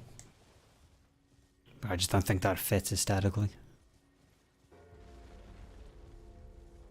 You want to make a strength building mine's pretty much straightforward? It really is. I mean, you can see the damage that's getting done with... Oh, a second. I should probably pay attention instead of walking into the walls. Strength builds are pretty simple. I mean, you could easily get Vigor to 50. And hit the soft cap, and then get endurance to 40, and you'd probably get away with that. I mean, I don't think you get much from strength being at 80. I mean, that being said though, I do get a 75 with the physic, but you could easily do the game with the stats I have.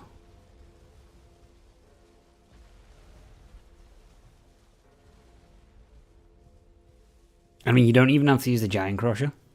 You could use the Greatsword. That's pretty powerful. Or you could use Geys's Wheel for the blood loss if you want to get your dex to 18.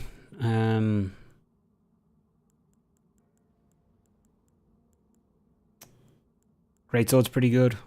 Ruin Greatsword is really good if you want to put intelligence. But the only downside is with strength weapons in general that have a split scaling between, say, intelligence or faith, or I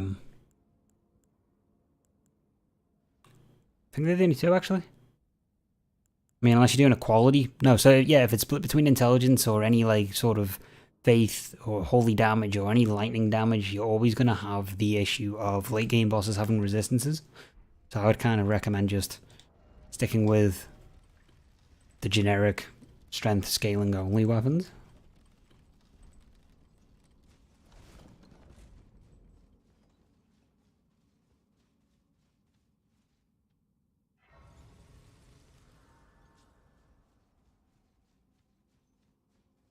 What build do you typically play through Elden Ring?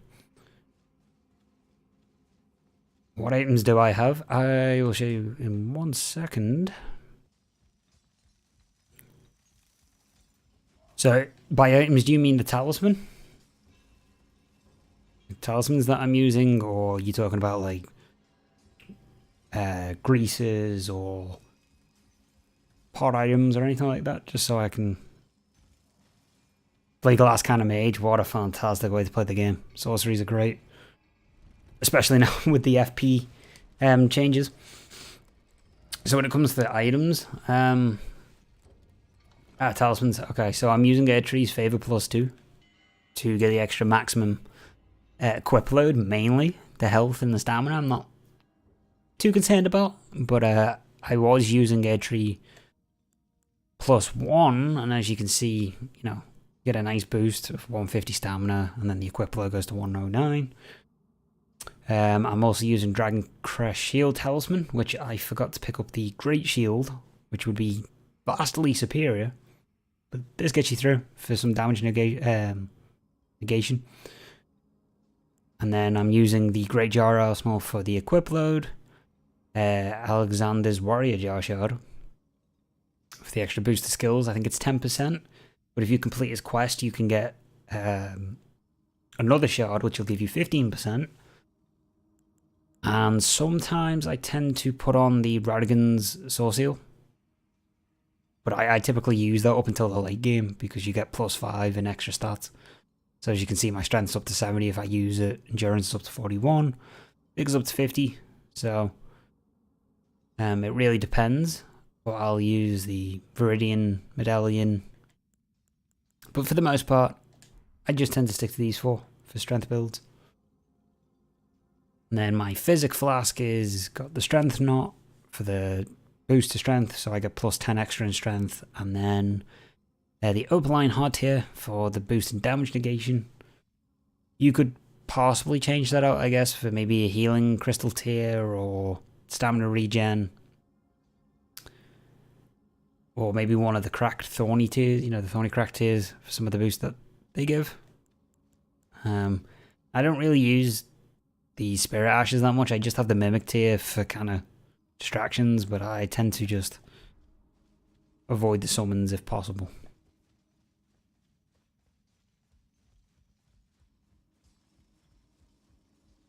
I am planning on recording a fresh run of the game of this particular strength build that I did, of this strength playthrough, because I want to change a couple of things. So that will hopefully be up at some point. And we'll sit down and start the recording process and the editing and all that kind of stuff and the scripting. But I'm planning on doing a couple of build runs of builds that I've been using for the last while. So no problem. I'm always open to helping fellow community members. If there's any other questions you have about Elden Ring, feel free to ask them now, if I can help. I will try to do so in the best possible way. I should have pointed out about the armor. I've got this particular armor on because, one, it looks cool, but I get 51 poise. And I get to keep medium rolls. And the veteran armor is pretty good, or the crucible armors are a pretty good choice. And you'll get 60 to 70 poise, but the 51 works for me. Just to be able to keep medium rolls.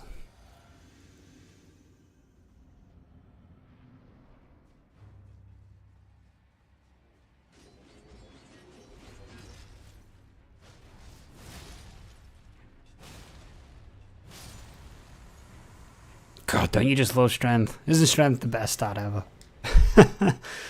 Oh my god, talk about destruction, especially considering they're weak to colossal weapons.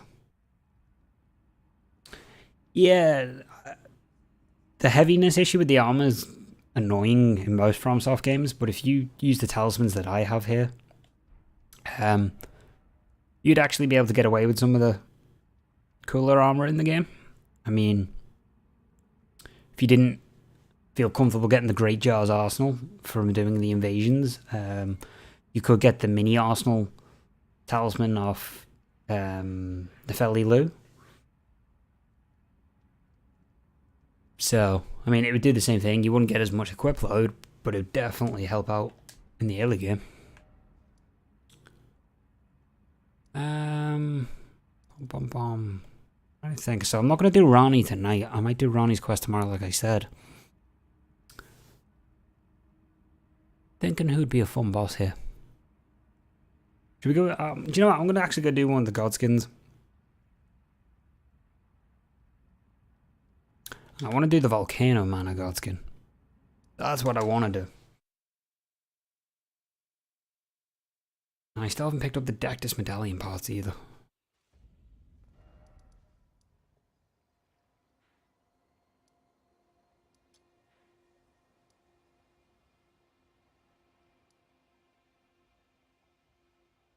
I can go from the outskirts. I had to think there if I could actually cross through.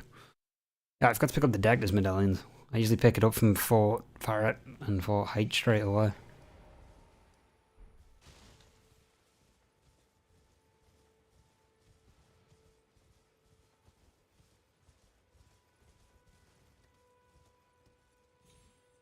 I'm definitely not going to make that jump.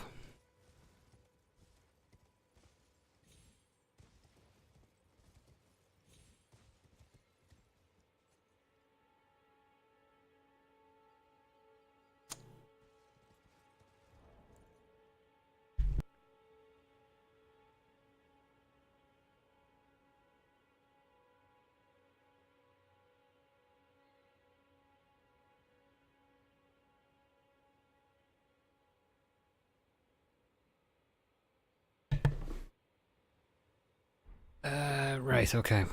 Change of plan.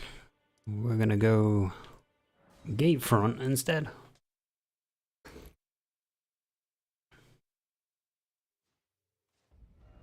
Actually, do you know what? I won't get...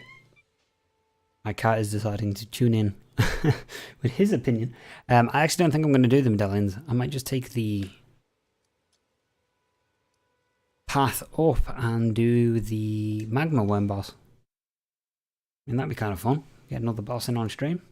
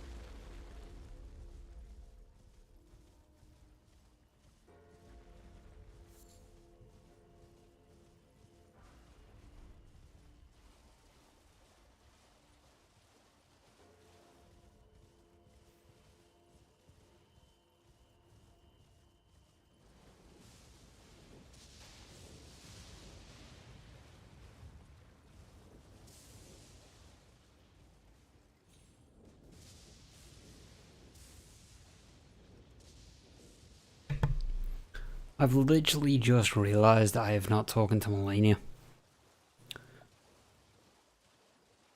Because I skipped the resting at the gate from Bonfire that you'd get torrent from.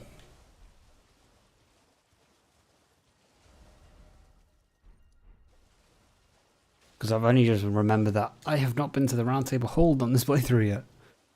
I'm already 3 Shard Bearers down.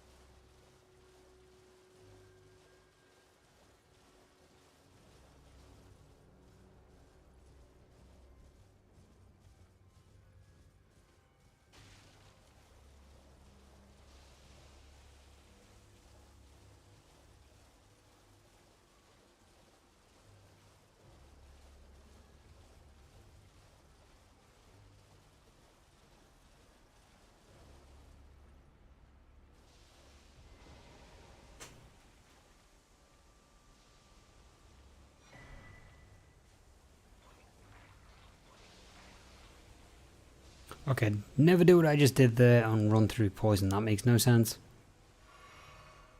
That was me not paying attention the correct way, so do not do that. That is not a very smart move.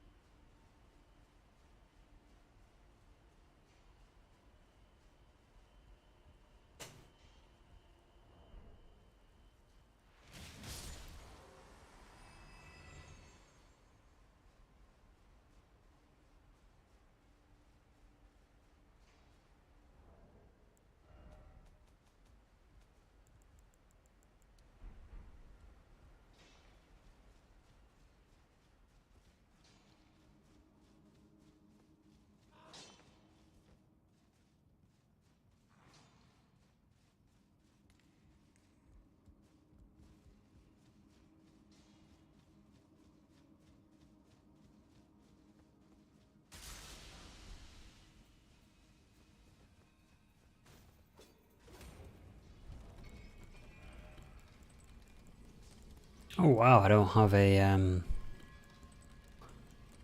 poison ball thing. What are they even called? Do you know, I don't even know the proper name. Boluses? Oh, I don't have a poison version. Some messed up reason. How did I not get the crafting material for that?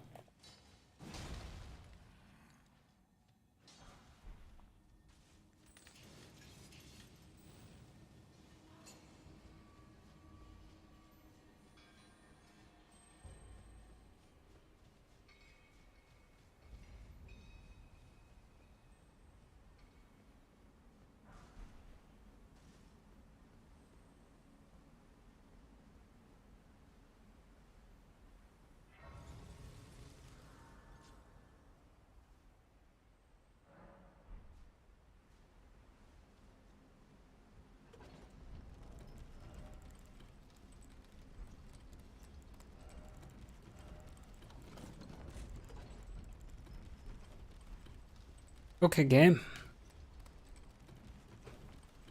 I don't know why I did that. Automatically put me back down again. Spin on the press plate still. Or the press plate must reset on terms of the activation. Detection box. So I kind of stalled there because I thought I was going to fall off the edge from that attack.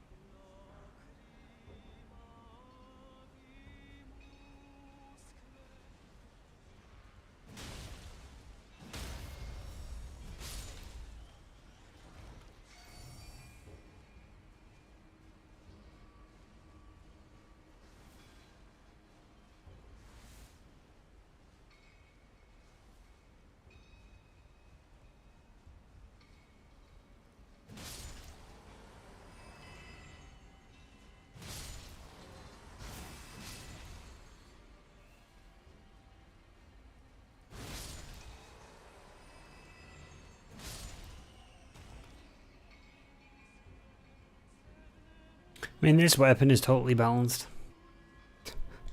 Now that I'm thinking about it. To be able to do 809 and 900 plus when it's dual wielded makes total sense. Could do the land octopus.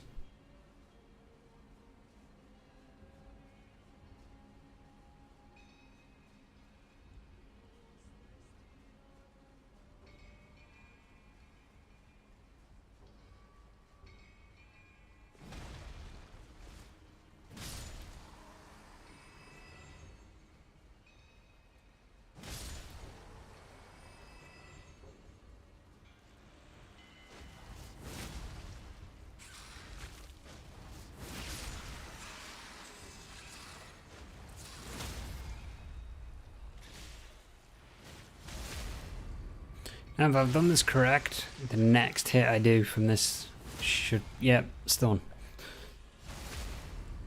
So once you get the stagger on this enemy, if you're using Lion's Claw, and it's, say, your first playthrough, and your weapons are all the way at plus 25, every Lion Claw hit you hit after that will constantly stun.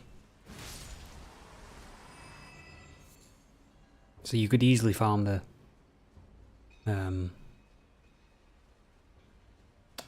well, not farm, I don't think they respawn, but you could easily go around and kill all the bigger land octopuses for the extra runes that you needed to upgrade materials or enough runes to actually get an upgrade.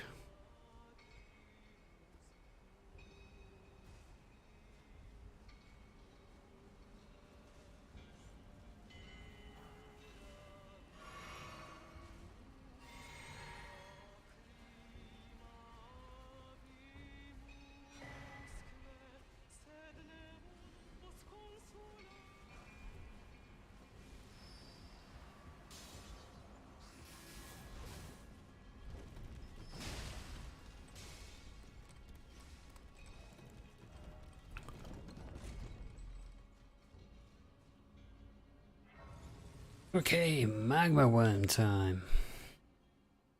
Already done one magma worm tonight. The Gale Tunnel. Not really much different on this one.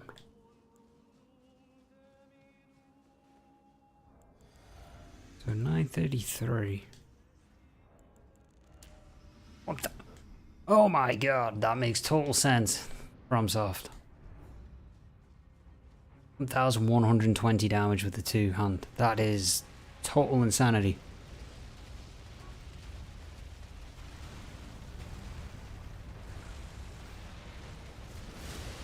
Oh my god. What is total insanity is my bad positioning.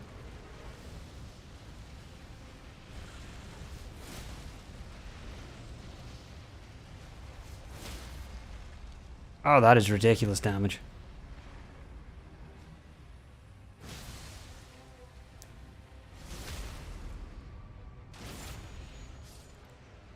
Well,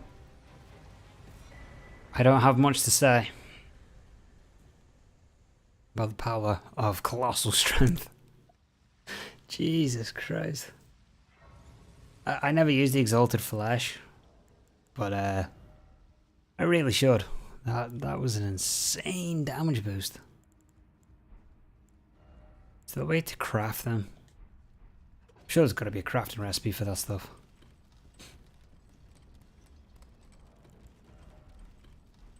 Well, Altus Plateau we go.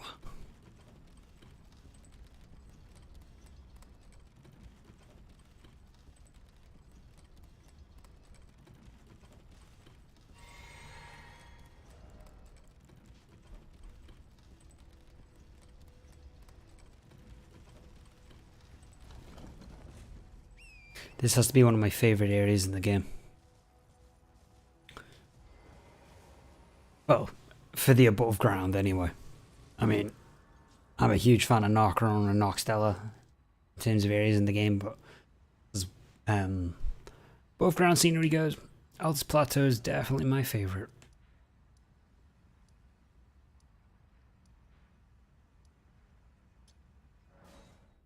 Okay, let's go talk to Raya real quick. Get our invitation to the Volcano Manor. And then from there we can go and do the Godskin Apostle.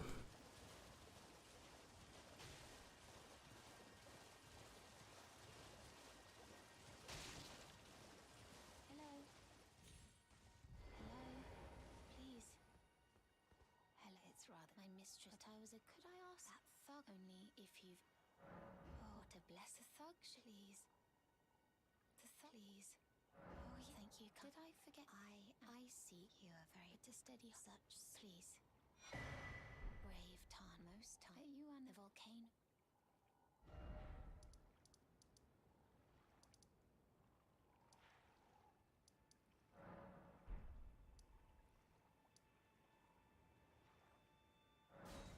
Abandoned Coffin? Is that seriously what the Site of Grace is called?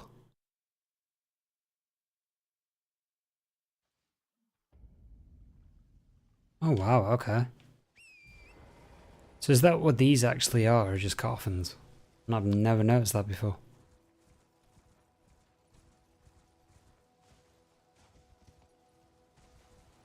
Okay, anyhow, let's go and chat to Raya. Raya? I've called it like multiple names this particular stream, but we're gonna go chat to her again.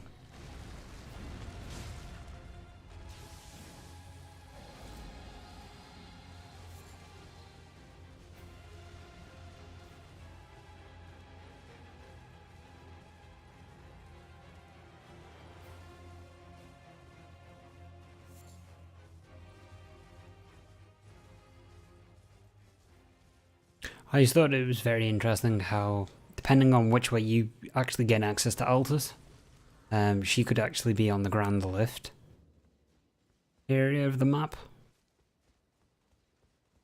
Or she spawns here if you take the route I just took. So I always thought that was quite cool. It's a very small detail, but it was very, a very good detail FromSoft did in their level development.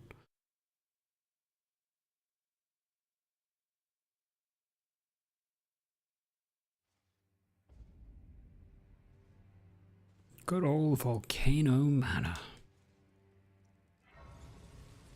We're not going to be doing Praetor Rykard. As much as I like the fight, and I think it's a very well done gimmick fight, it's not really a fight that I particularly want to do. I might do it maybe near the end of this run, whenever that is. But for now, I'm not particularly interested.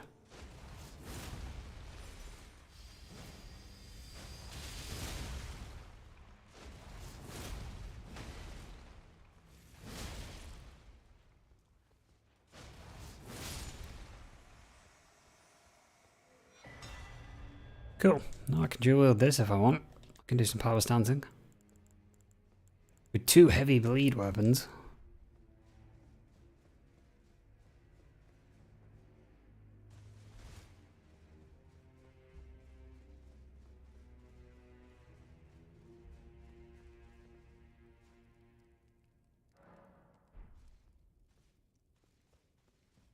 I am Tan Rias, a warrior. Perhaps will you Joyx rise with interest now? You the drawing room, but be sure. Okay, that's the only thing I actually needed was the key.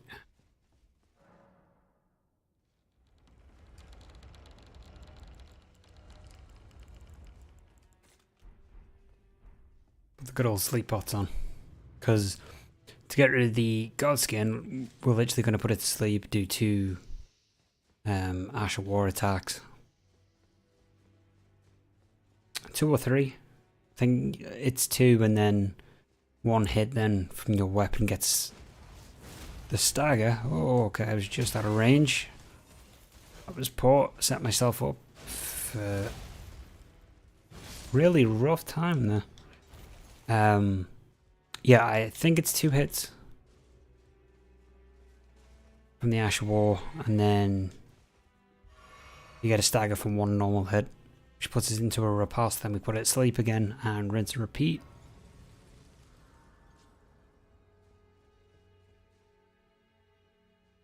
It's either 2 or 3. I know the strategy works. I just can't remember how many hits it is exactly.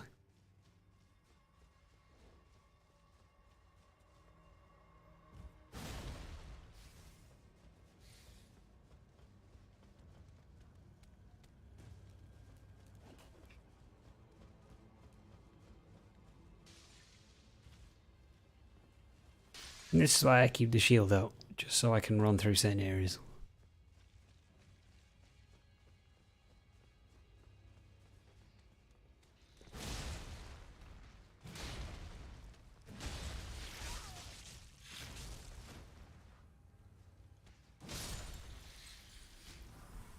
Wow, that was such an unfortunate grab.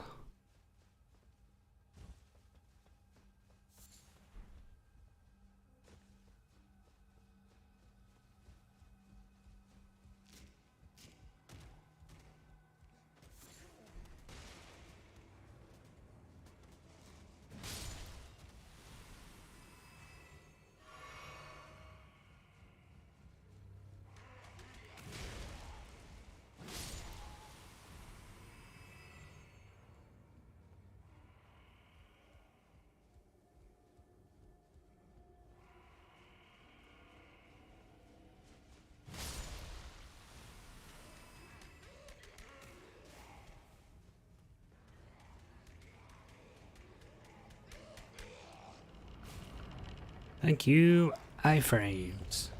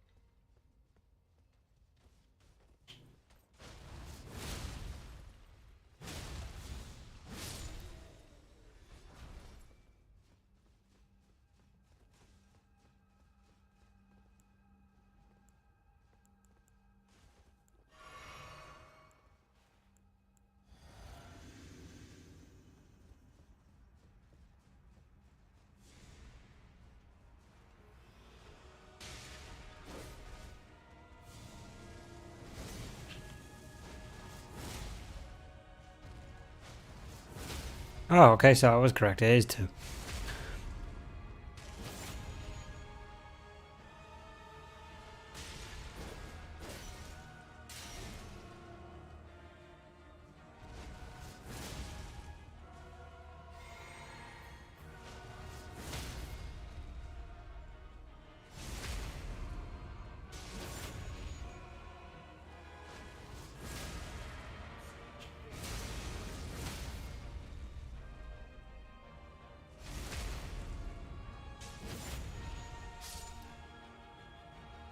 That was an absolutely fantastic Godskin fight.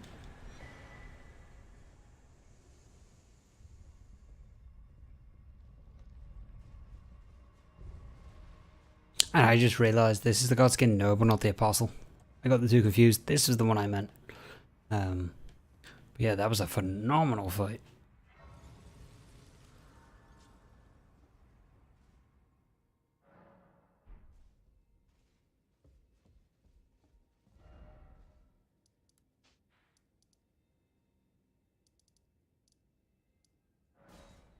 Okay, let's get to the gate front. Let's get the round table hold unlocked. I feel like it's a bit weird that we haven't got it yet. Have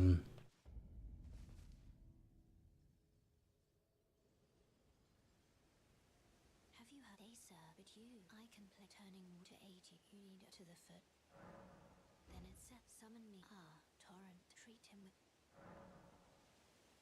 Wow, my shield's stuck in the ground.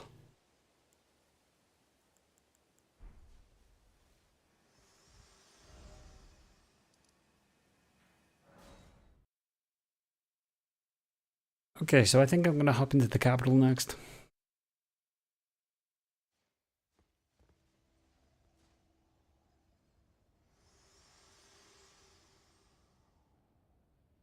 To see what, and it seems torrent, whereas I'm there is, but I can take gathering play.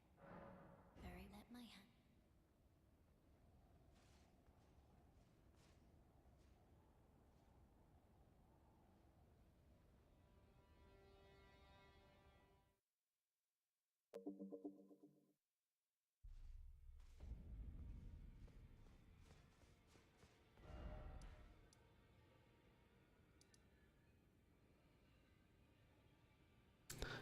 Okay, so we're gonna make our way to the capital.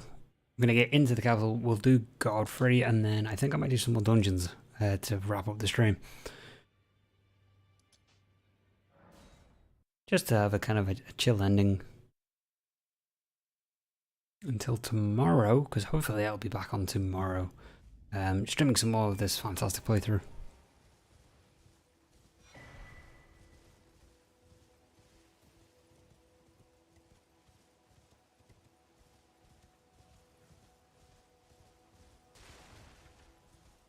Also, Gouda, thank you so much for the follow. I really appreciate the support. It's only just popped up on my screen right now, and I don't know why the alert didn't work. But thank you so much for the follow. Means a lot. I'm glad you enjoy the content.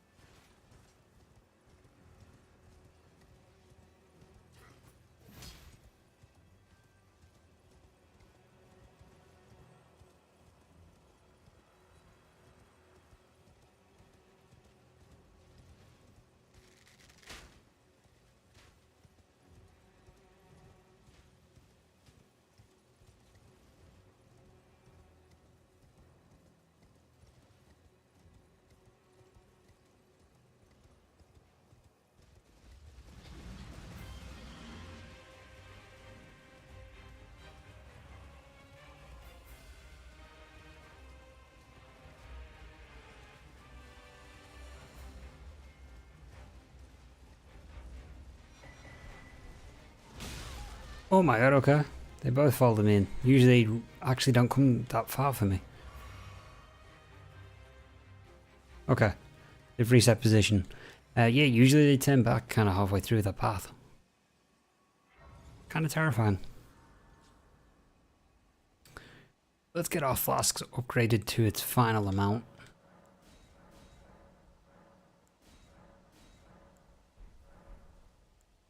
Or not, I'm actually one short still. God damn it.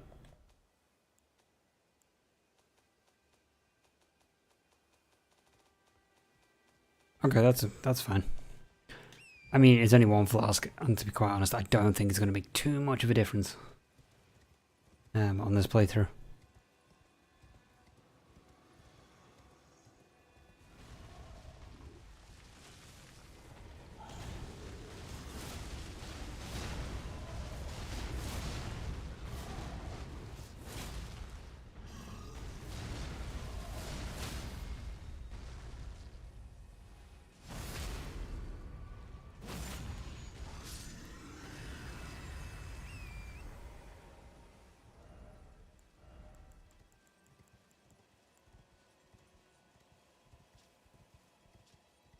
So that could be a fun weapon to use.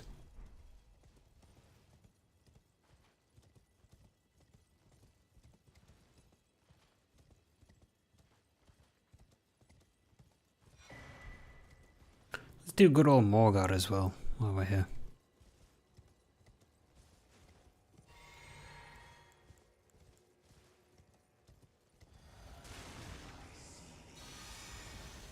I mean, he's my #1 favorite boss. In the capital version anyway.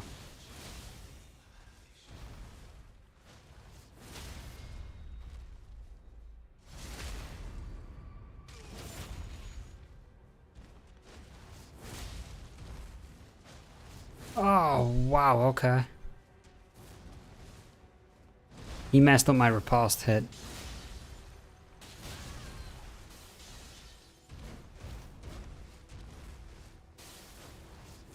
There we go. Okay, if he hadn't jumped back, we would have got that second poise break. That was unfortunate. But, nonetheless, we got rid of Morga a second time on stream. What a great old time tonight. We're getting rid of loads of bosses.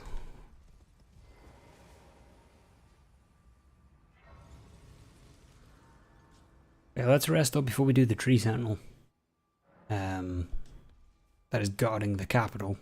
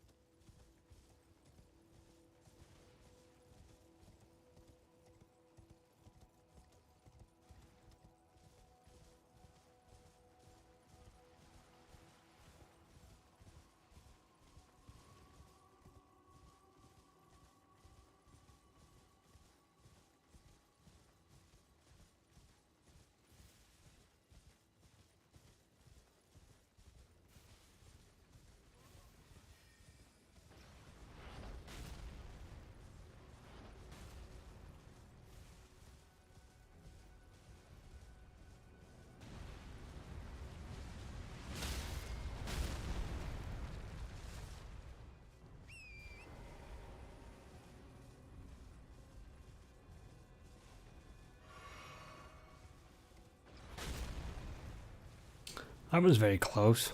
That was ridiculously close to hitting me.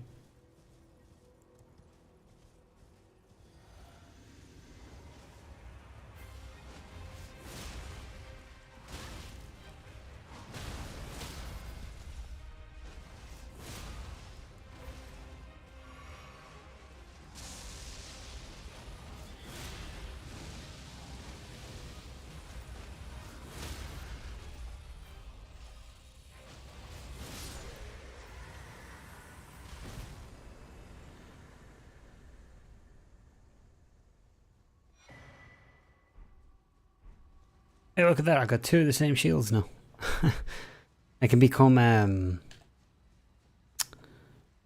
the enemies in Dark Souls 2. You know, the ones that guard the tomb when you're coming up to Vendrick. And they have the big, like, shield doors. We can rock that look for a while. We really wanted to, or we could do the double dragon hammers.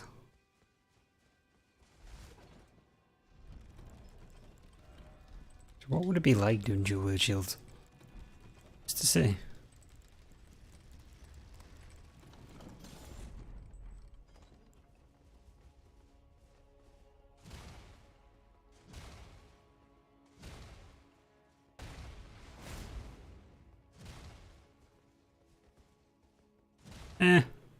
Not that good. I thought it might maybe let you dual block, but bit of a disappointment.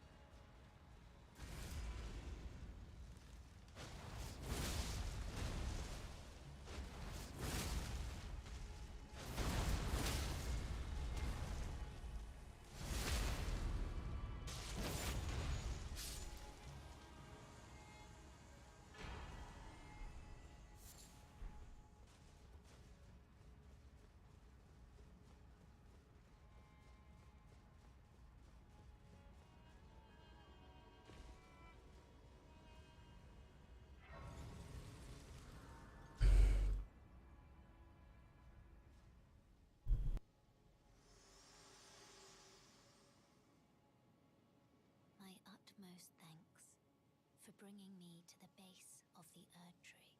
Here, I can govern my own movement, and thus, the accord is fulfilled. I shall depart to ascertain the purpose I was given. Farewell.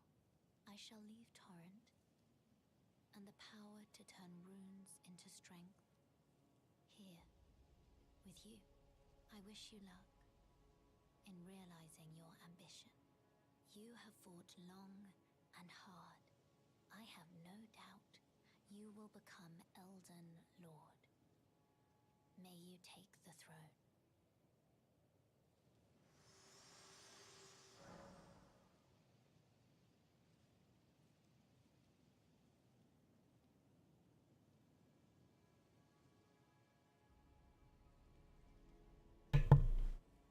Okay, so I was just quickly doing something there while she was chatting.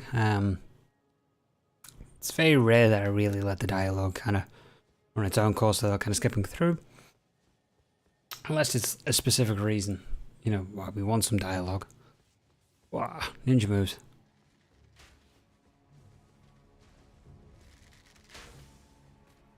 Well, he's a terrible shot. So let's go do Godfrey, and then we'll do a couple of dungeons, and then we'll wrap it up this evening. I've had an absolute blast doing this stream. It's been super fun streaming again. It's been super fun playing Elden Ring. Obviously, big thanks to the Gate Chatlet for coming on the stream. It was very awesome of him to be on the stream on the call. So hopefully we'll see more of him.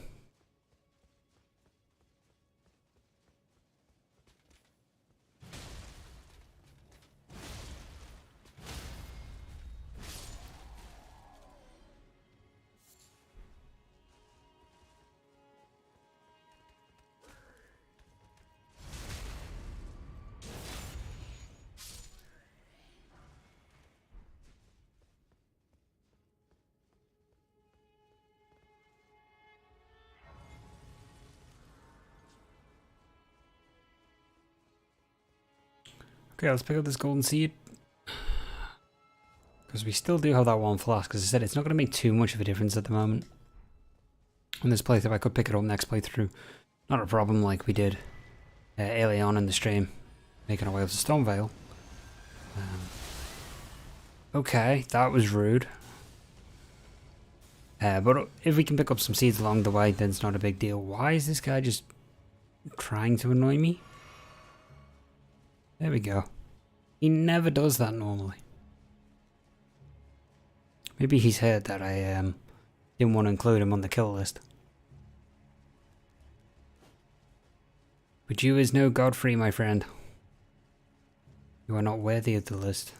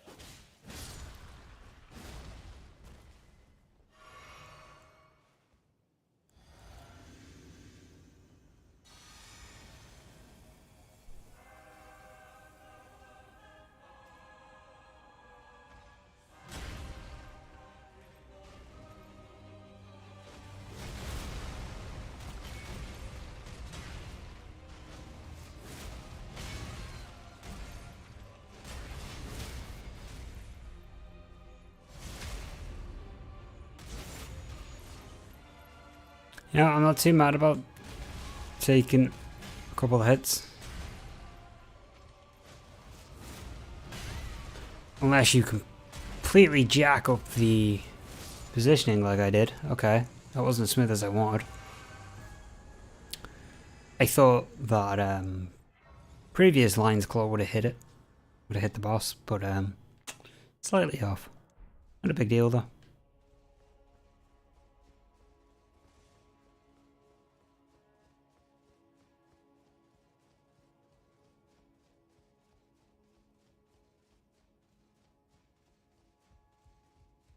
Screw it, we'll do Morgard as well. Might as well. He is my favourite boss to do. And we are here.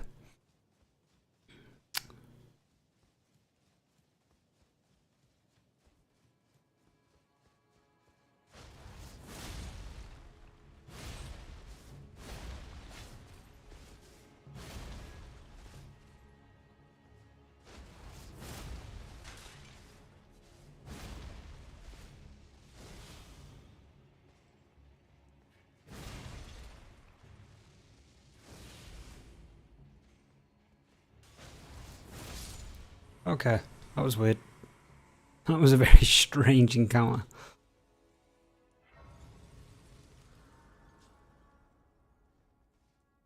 I mean, the fact that the two of his bleed style Asher Wars hit the barrier on one of the pillars is fantastic. I think I've ever seen it do that twice back to back. That's always a fun time.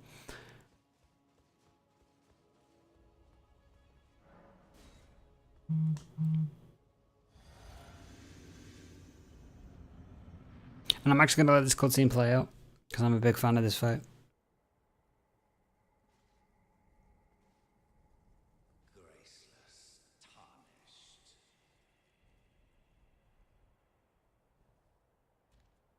What is thy business with these thrones?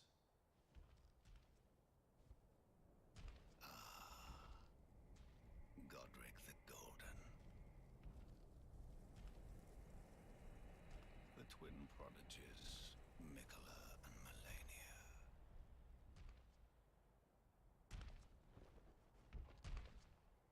General Radahn. Praetor Rykard. Luna Princess Rani. Willful traitors, all.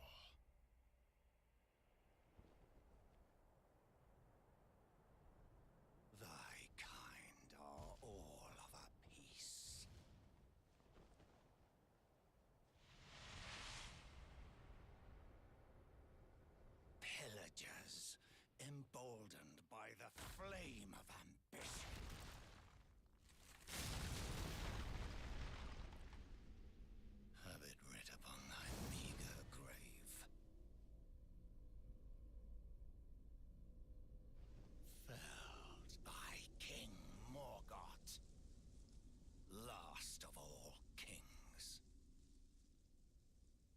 I really do like the presentation in this fight.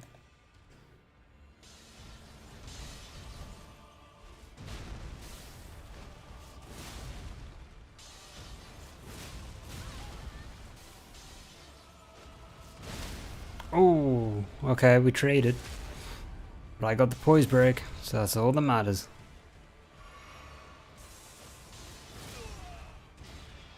Nice, and I just knocked him into his second phase. Let's flask up.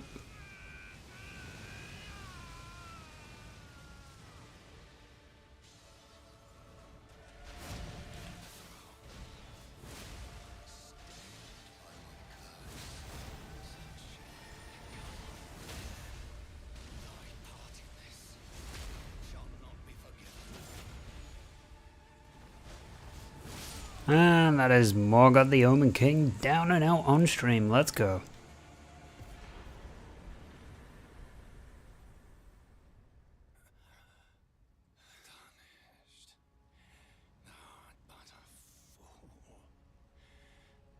The Erd Tree wards off all who deign approach. We are none may thy deeds shall. Feel really bad for Morgoth. But we are going to become Elden Lord, because we always do.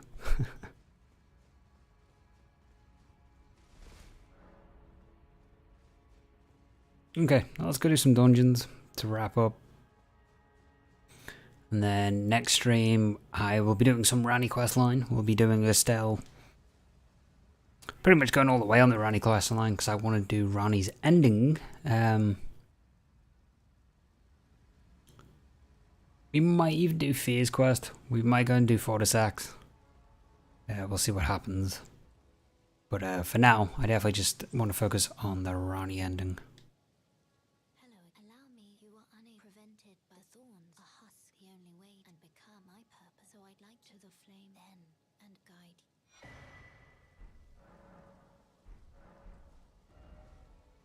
Okay, let's go do some dungeons. Let's go and pick some kind of fun dungeons.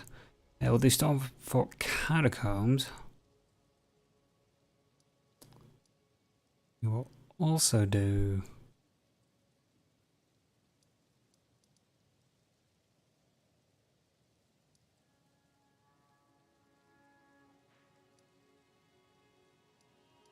Yeah, we'll do the Sealed Tunnel as well.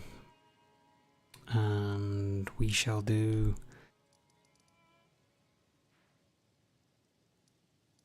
Yeah, we'll do Graveside Cave. Yeah, we'll do those to wrap up. They're relatively simple, but I mean, it'd be a nice way kind of to unwind from all the other bosses that we've done so far tonight. We got rid of 3 Shard Bearers, we got rid of Morgoth 3 times on stream, which is always fun. Got rid of the Magma Worm, Loretta, a couple of dragons. I've gone completely past where I'm supposed to go. So no, it's a fun stream, I really enjoyed it.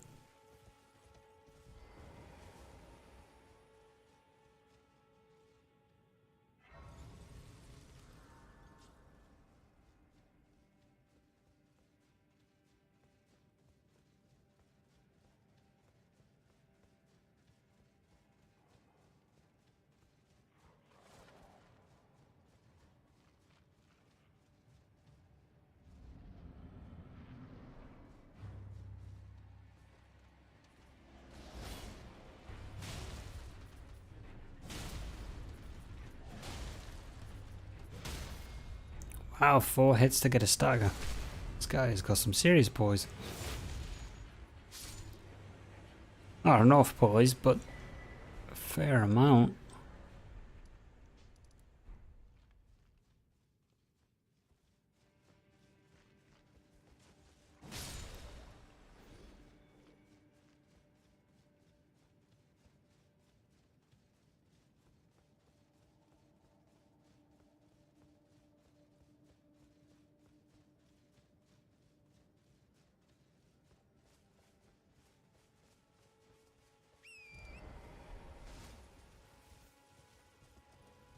Let's go do the first dungeon I ever did. I have very fond memories of this dungeon, because I originally thought when I found this place that it was like an underground entrance to the castle, which, as you know, you can probably tell I was very disappointed when it wasn't. But I do have fond memories of this dungeon. It's the first dungeon that I discovered. And little did I know there was many, many more to come in the game. So, fond memories. Now I have over like 450 plus hours. You know, you kind of get used to the dungeons.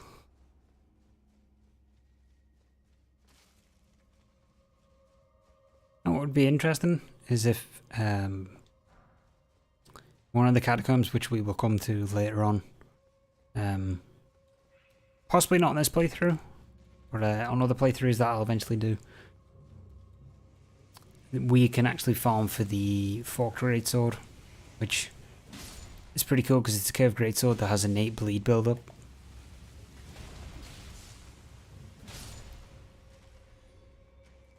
Definitely add a little bit of variety to the kit. I mean, I might do it on this character, but I mean, weapon-wise, I think I'm pretty happy with using Geyser's Wheel.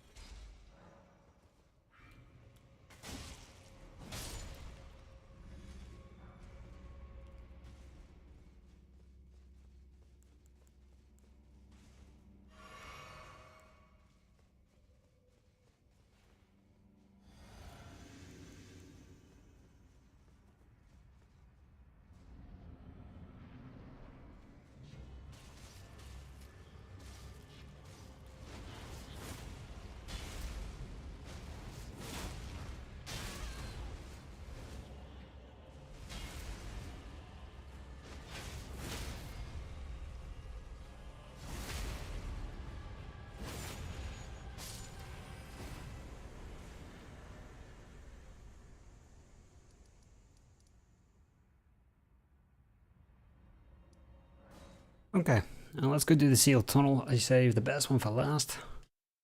Because this boss is actually pretty cool. It's going to be coming up. We're going to be doing the Onyx Lord fight. So, I feel like it's a very good way to finish up the stream for tonight.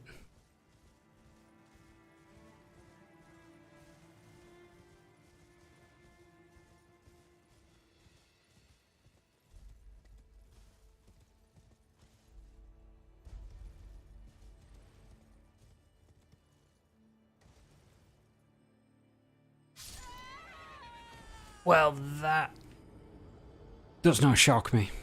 I honestly thought I would have been fine on that. That drop didn't look as deep as it was.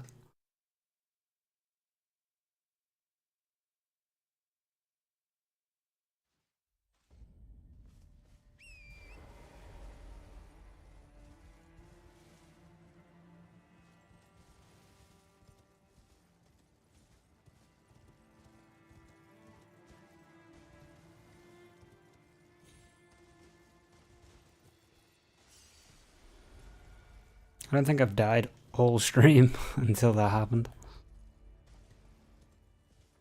That did not look as deep as I thought it was going to be, so that was a fail. Do not do that. Do not try that.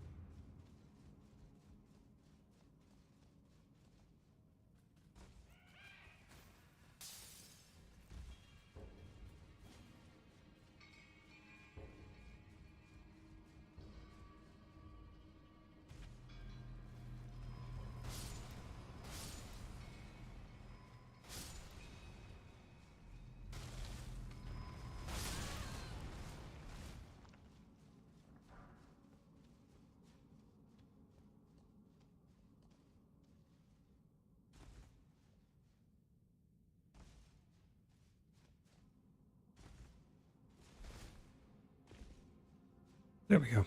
Boss arena.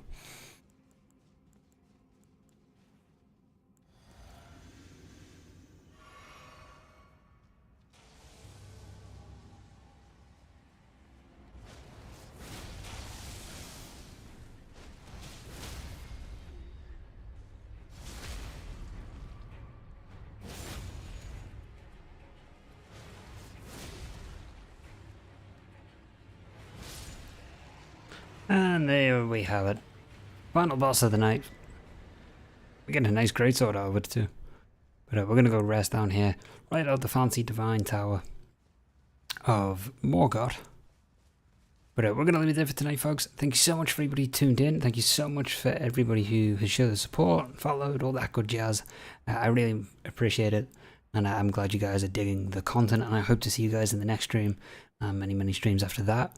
If you're also new to the community, do check out the YouTube panel on Twitch, or you can hit the link in the description on Twitch as well if you are interested in checking out other content. Thank you so much again, and I will catch you guys in the next one. So, yeah, stay safe and enjoy the rest of your day, evening, or whatever time period it is.